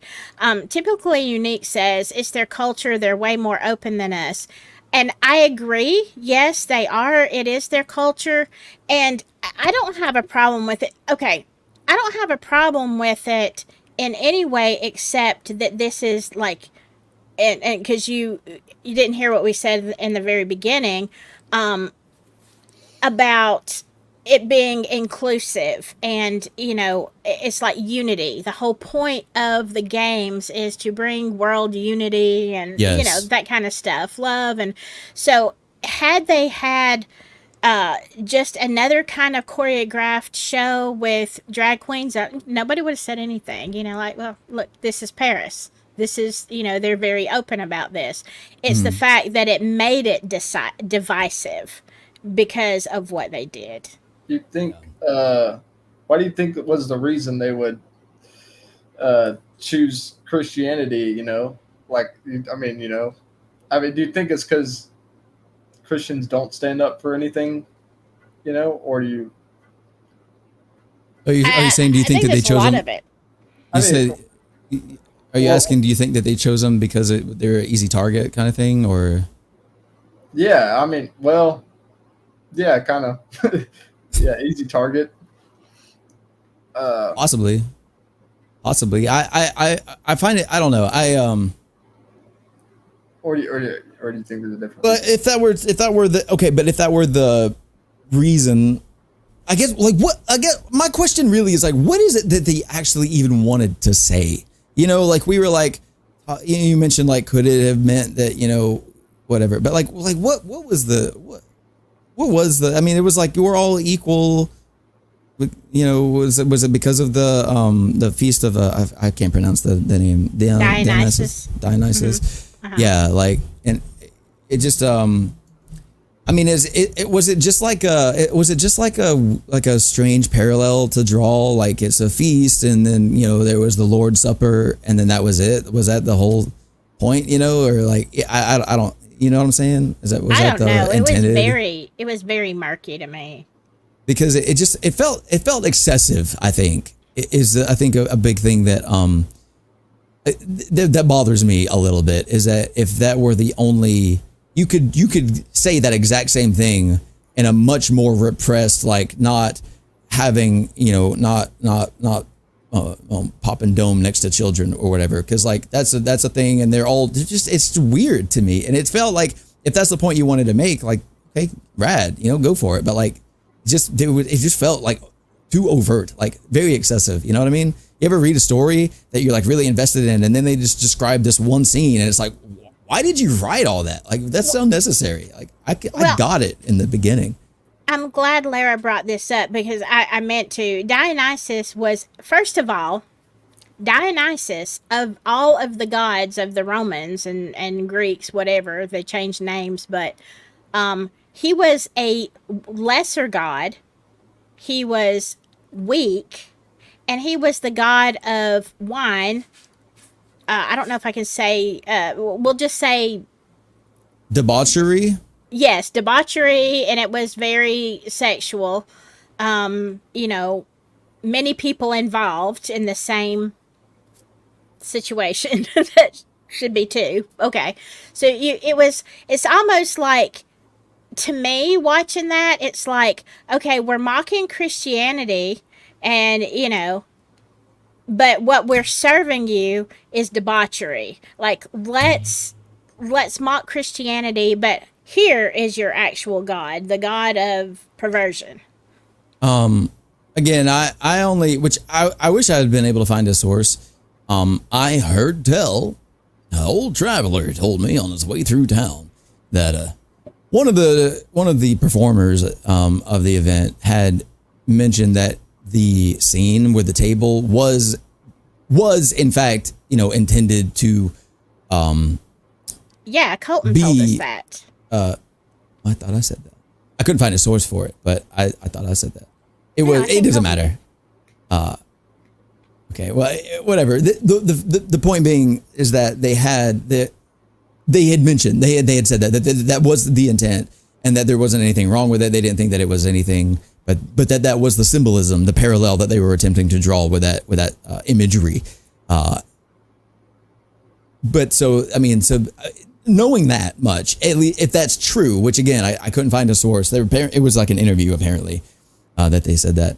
If that is true, then that is very odd, because that's very specific imagery that they chose to then say what exactly. You know what I mean?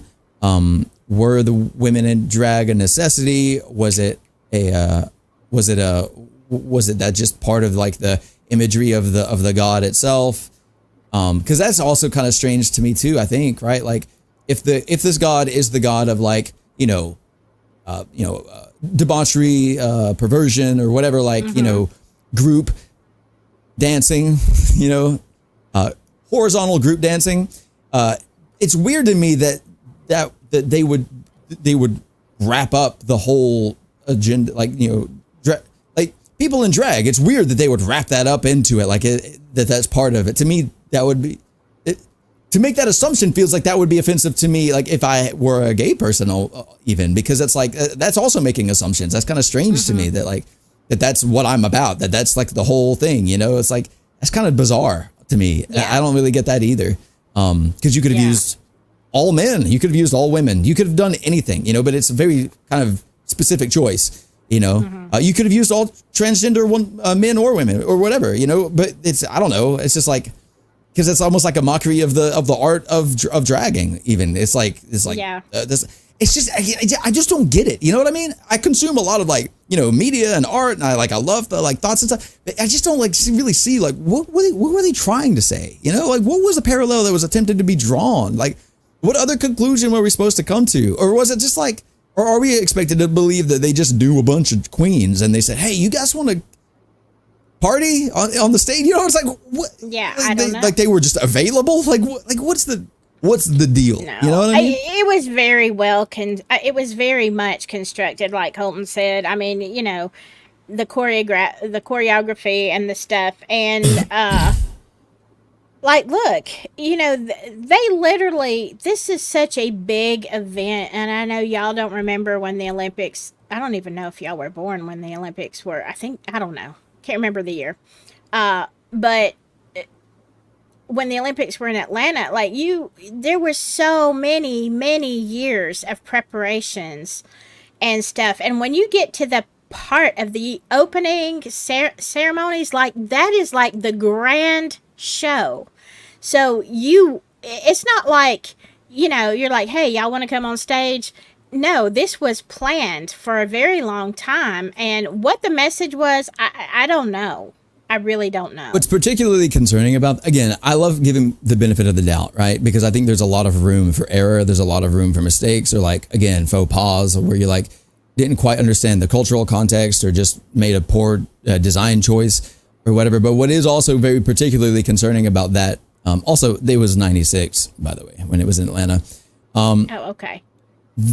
The thing that really bothers me about the idea that it was all very intentional, that it was all very, is that we don't live in you can see if you go back and watch TV before, right when the television started to come around, and right when the color television came around, you can see it was very experimental. It was kind of like, people were doing strange things, but dude, now there is so much content being made by producers, networks, individuals who create their own networks. Content is like the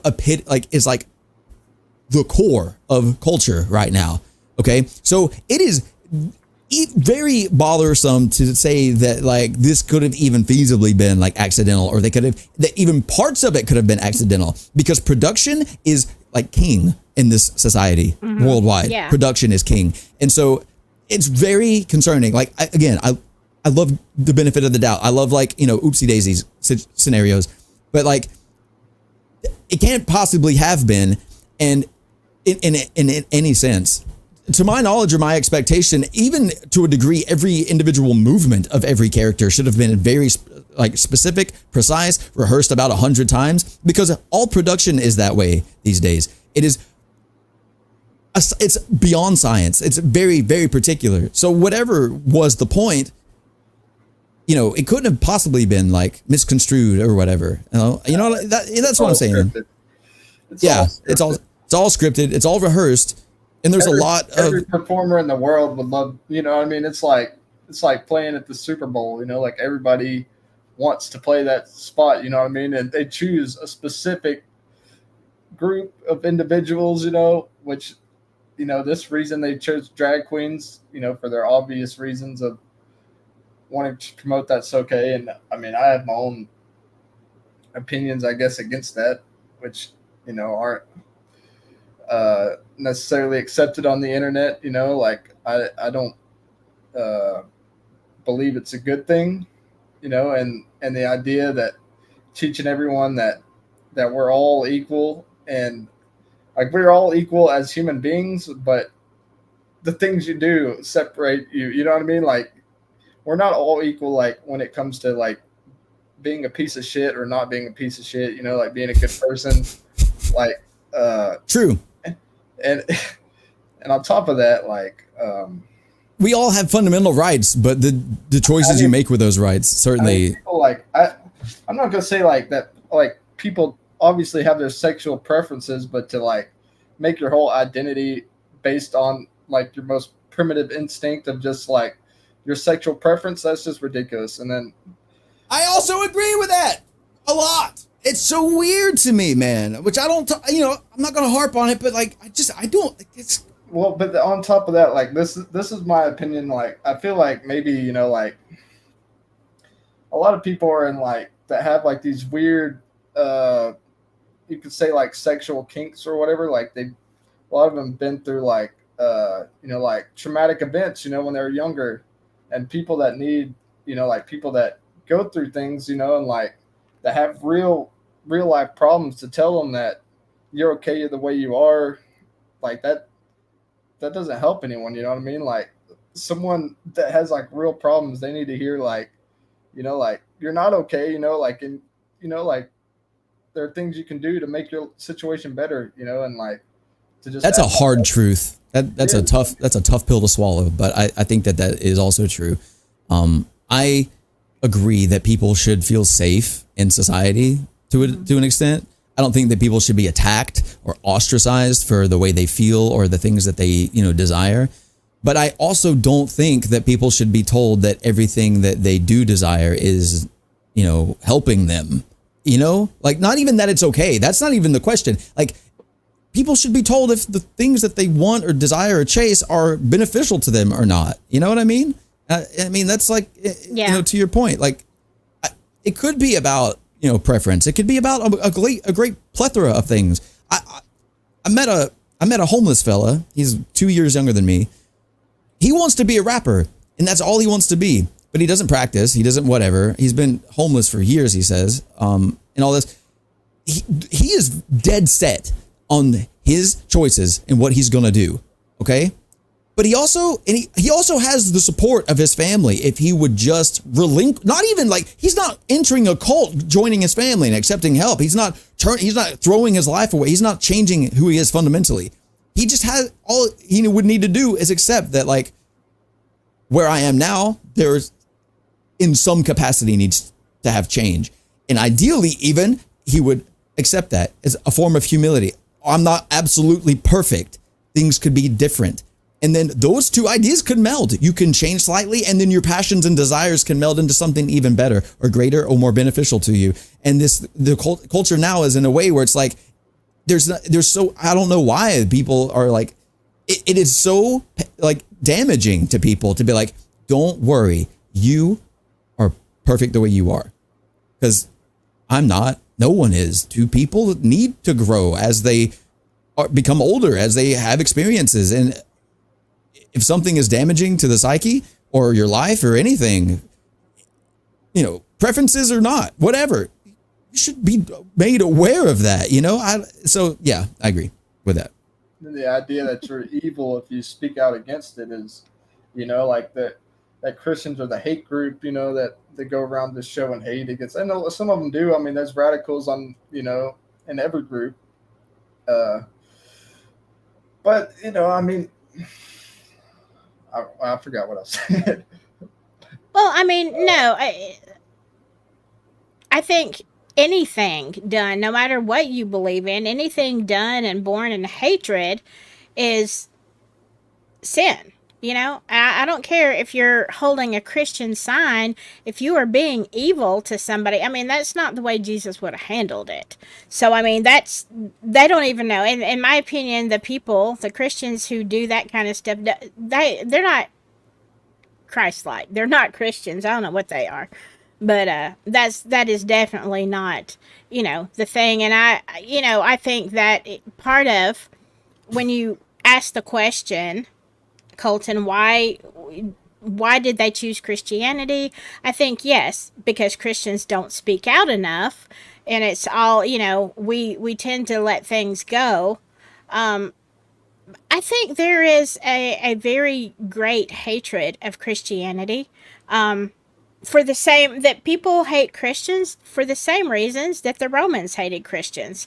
It's because we don't say, oh, come, however, you can come through Buddha, you can come through, Muhammad, you can come through whatever. That it's still the same problem. We still say Jesus Christ is the only way you get to heaven, and that makes everybody mad. Yeah, I mean, I don't know. I mean, Christians and Americans, are mocked around the world, 'cause I mean, people make fun of us. We're just a group of just ridiculous radicals, and that's how a lot of the world views us. So why do you think they picked Christianity? Well, I mean, like I said, it's not only just Christians, and I mean, it's like the whole like transgenderism like rights movement thing is prevalent in America, right? So, and Christianity is the main religion of America, so it could be targeting Americans, targeting Christianity, both. I don't know. We really don't have enough. I have a. Information. Sorry, I don't mean to cut you off or anything. I have a very interesting. But he's going to. Yeah, I don't mean to. But if I don't, then I'll explode. So, I have a very interesting concept I'd like to bring up, and I'd like everyone to remain silent for the next 20 seconds. I'm just kidding. Okay. One of the most powerful unifying factors of any group of people is to share a common enemy, right? Yes. That's why we gossip. Yes, it is. It is. In my mind, I could see the motive. I could see a potential for there to be a motive behind the way that this was done, in that you take these two, you symbolize, you display two groups, two whatever, right? And because I don't even know if any of the actors were one way or the other. I don't care about that. This is all a production. Nobody in it is real. Okay, doesn't matter. You're symbolizing. You're performing. Tom Hanks wasn't actually Forrest Gump. So no way. Yeah. He was also some other things. Wilson or whatever.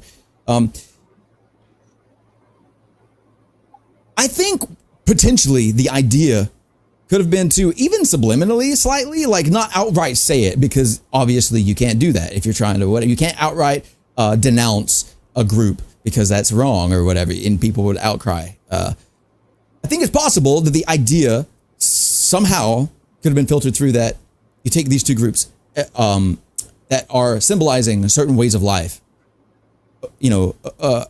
One side being like overt sexuality, being accepted, everyone's equal, the whole God thing or whatever. Dyson vacuum cleaners.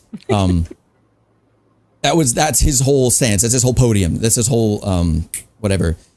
You take that group and then you take one that's like opposed to it, and then you put them against each other. And the idea being that this oppressive, non-important, like wacky society or whatever, like that the idea of suppressing it is unnecessary, that it doesn't make any sense because everyone is equal. Everyone, there's no reason to like separate and cast down, folks of any group because they don't, agree with your preferences or whatever.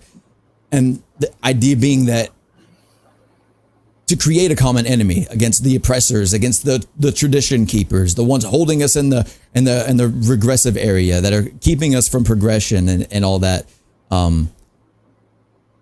Even if that was intended only subliminally, I think that could have been a reason. Because as we were speculating, what was the reason? What were they saying? And if that's true, then yeah, the Christianity is a very clear-cut target to pick for that, because Christianity, above all other religions and above all religions that are very homophobic to the point of violence, it's not as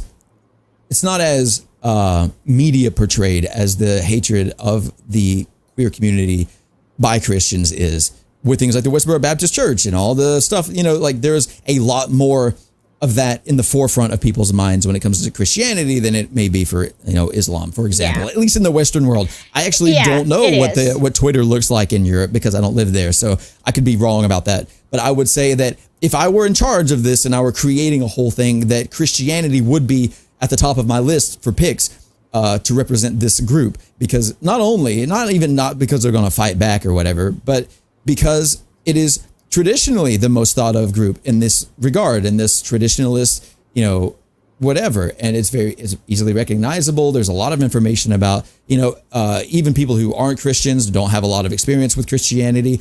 They still will be surrounded, almost subjected to the media that is just not even portrayed, just the people that are doing the bad thing of like, can't be gay, it's evil, you'll go to hell.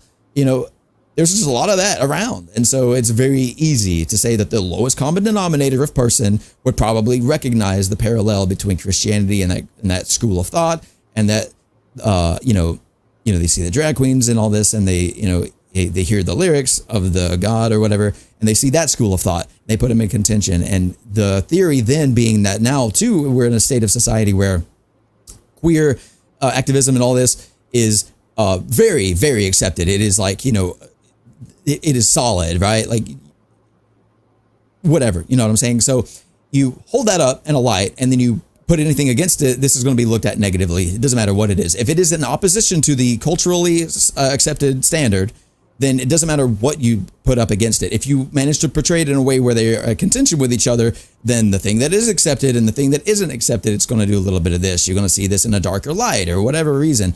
And therefore, uniting more people under this banner with the common enemy of this school of thought. Do you see what I'm saying? So, yeah, but that was more than 20 seconds. Well, I said the first 20 seconds so I could at least get revved up. And then after that, you could interrupt me or whatever. Yeah. No, I do have to cut this off, though, because I have to get up very, very early in the morning. It's been a good discussion. I mean, especially, looking at it from all angles. I mean, was it from everything? Like, was it supposed to be offensive? I think so. Is God's judgment coming? I don't think so. But it's very interesting because we're very similar in opinions, but not the same. And, at the end of the day, I'm going to go back to the beginning of this live where, the blue guy says, we're all the same naked. No, we're not. We're not. Maybe as skeletons, but at that point, we're not alive. So, maybe there's some weird philosophical thing in that. But one real quick, see here, Laura or Lara or whoever. Most of the things that she says, I look over and I'm like, I read a comment. I'm like, that's a good comment. And then I see Lara next time. I'm like, as she said, many Christian, or do Christians not find quite a lot of bonding through being, or the perception of being persecuted? What if the goal was to unite Christians? It worked. I like that thought. But to my knowledge, no. I'm kind of a jackass, because most of the time when someone says that they feel like persecuted or oppressed or whatever, I literally will look at them and tell them that you are self-deluded. You're in a world of your own where you feel like the world is against you, but it's because of your beliefs. So you feel like the world is against you because of the principles you stand for. And I look them in the eye and I'm like, people hate you because you're a dick. And, people feel persecuted. I don't get any lock arms, stand together. I am meaner to Christians than I am to any other group because they should know better than the way they behave a lot of the time. And so, I don't feel that way. Churches do sometimes, but the other thing is that churches don't feel connected with each other. So that's another thing. True. Maybe the pastor will say, the thing against us used to be mad. I'm mad. And the church is like, amen, we're mad. And then, someone from another church is, and they're like, they don't even talk. They don't know. They don't interact. Churches don't form groups. So even if it united Christians, it would do it in a way where it's, instead of uniting as a solid mass, it would be almost like when you, like when you wash a piece of gum in your jeans, and it's just little crumbles, but then big globs stuck together, but they're in different parts of your pockets, or whatever. It's like it's not like that was a stupid analogy. I've never thought about it, but I mean, I get what you're saying. Yeah, Christians are in globs and globs here and there. But by no means are we united in any sense, and especially after an event like this, I guarantee you that if it were announced that you were going to be executed for being Christians, the groups would still be separate. They'd be like, you can't have any of our food. This is our food. Get them. They're the one. They don't believe in we're the right denomination. Or there would still be division within. Yeah. So it's like, I don't think, I mean, I like the thought. It's interesting. And there are signs of everyone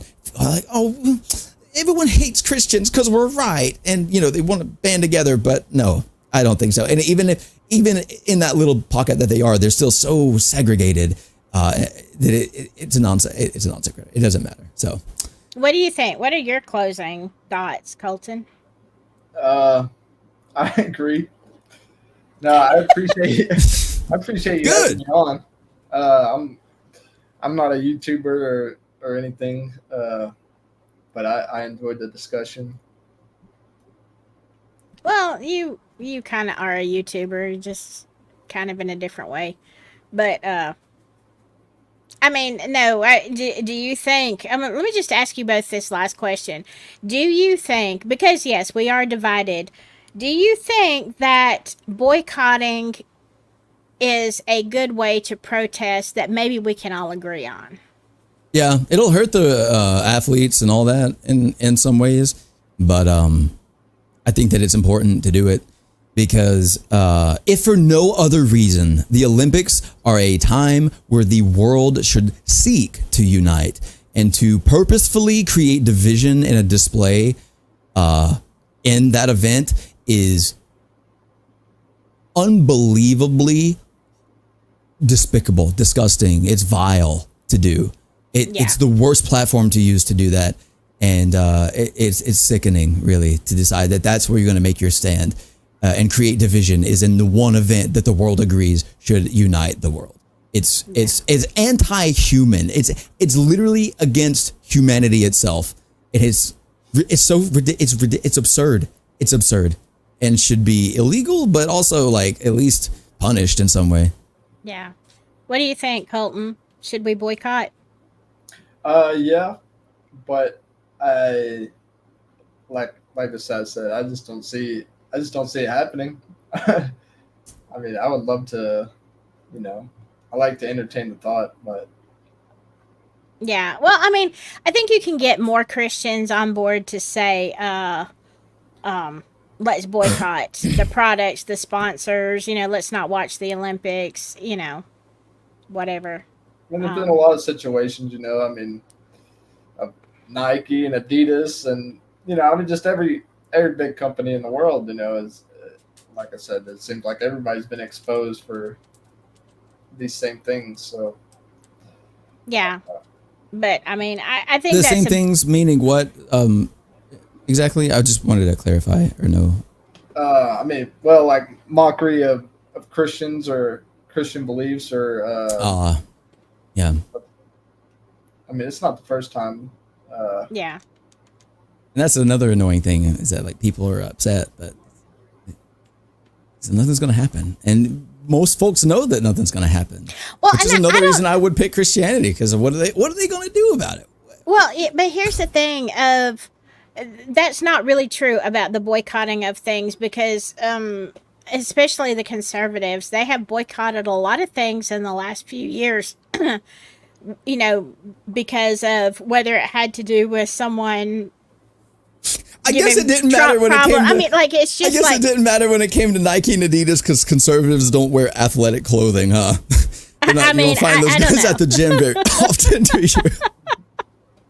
I mean, I don't know, but I do know that there have been a lot of things that have been boycotted that have really caused financial trouble. So, I mean, I feel like, but probably not. I don't wear Nike or Adidas. I don't have anything against them. I don't go for brand names. Y'all know that for anything. It's like, I like what I like and I don't care whose name is on it. So certainly not going to pay a lot of money for something just because of a name. So it comes out that Bass Pro Shop is in some middle of a anti-Christian narrative. Whoa, you're going to see fires, dude. Yeah. I'm trying to. My mouse went out. They worship at Bass Pro Shops. Yeah, you're probably right. You're not wrong there, Lara. You are not wrong. This is the first instance of like actual Christian radicalism, where they just start just vandalizing whole towns. Oh God. All right. Well, I thank y'all for being here. I thank everybody in chat who has hung in here with us all this time, and for people, I always have a much bigger replay crew. Let me know in the comments, what do you think? Do you think it was intentional? Do you think boycott is an answer? I mean, let me hear your thoughts. I'd love to know.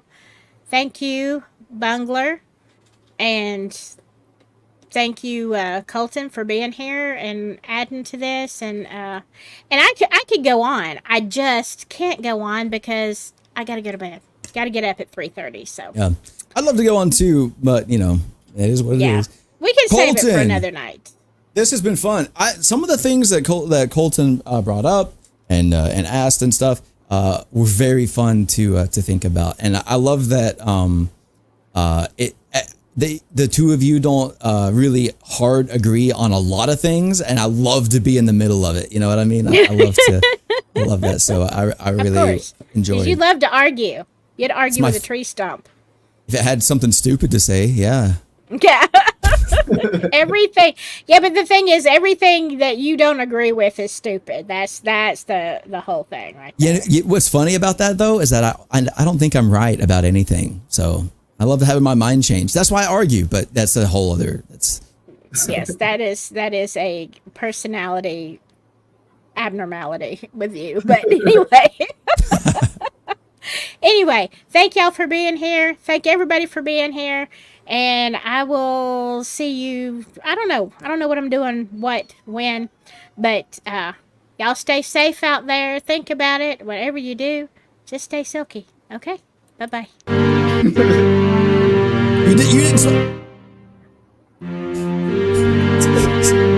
didn't swap to the right screen.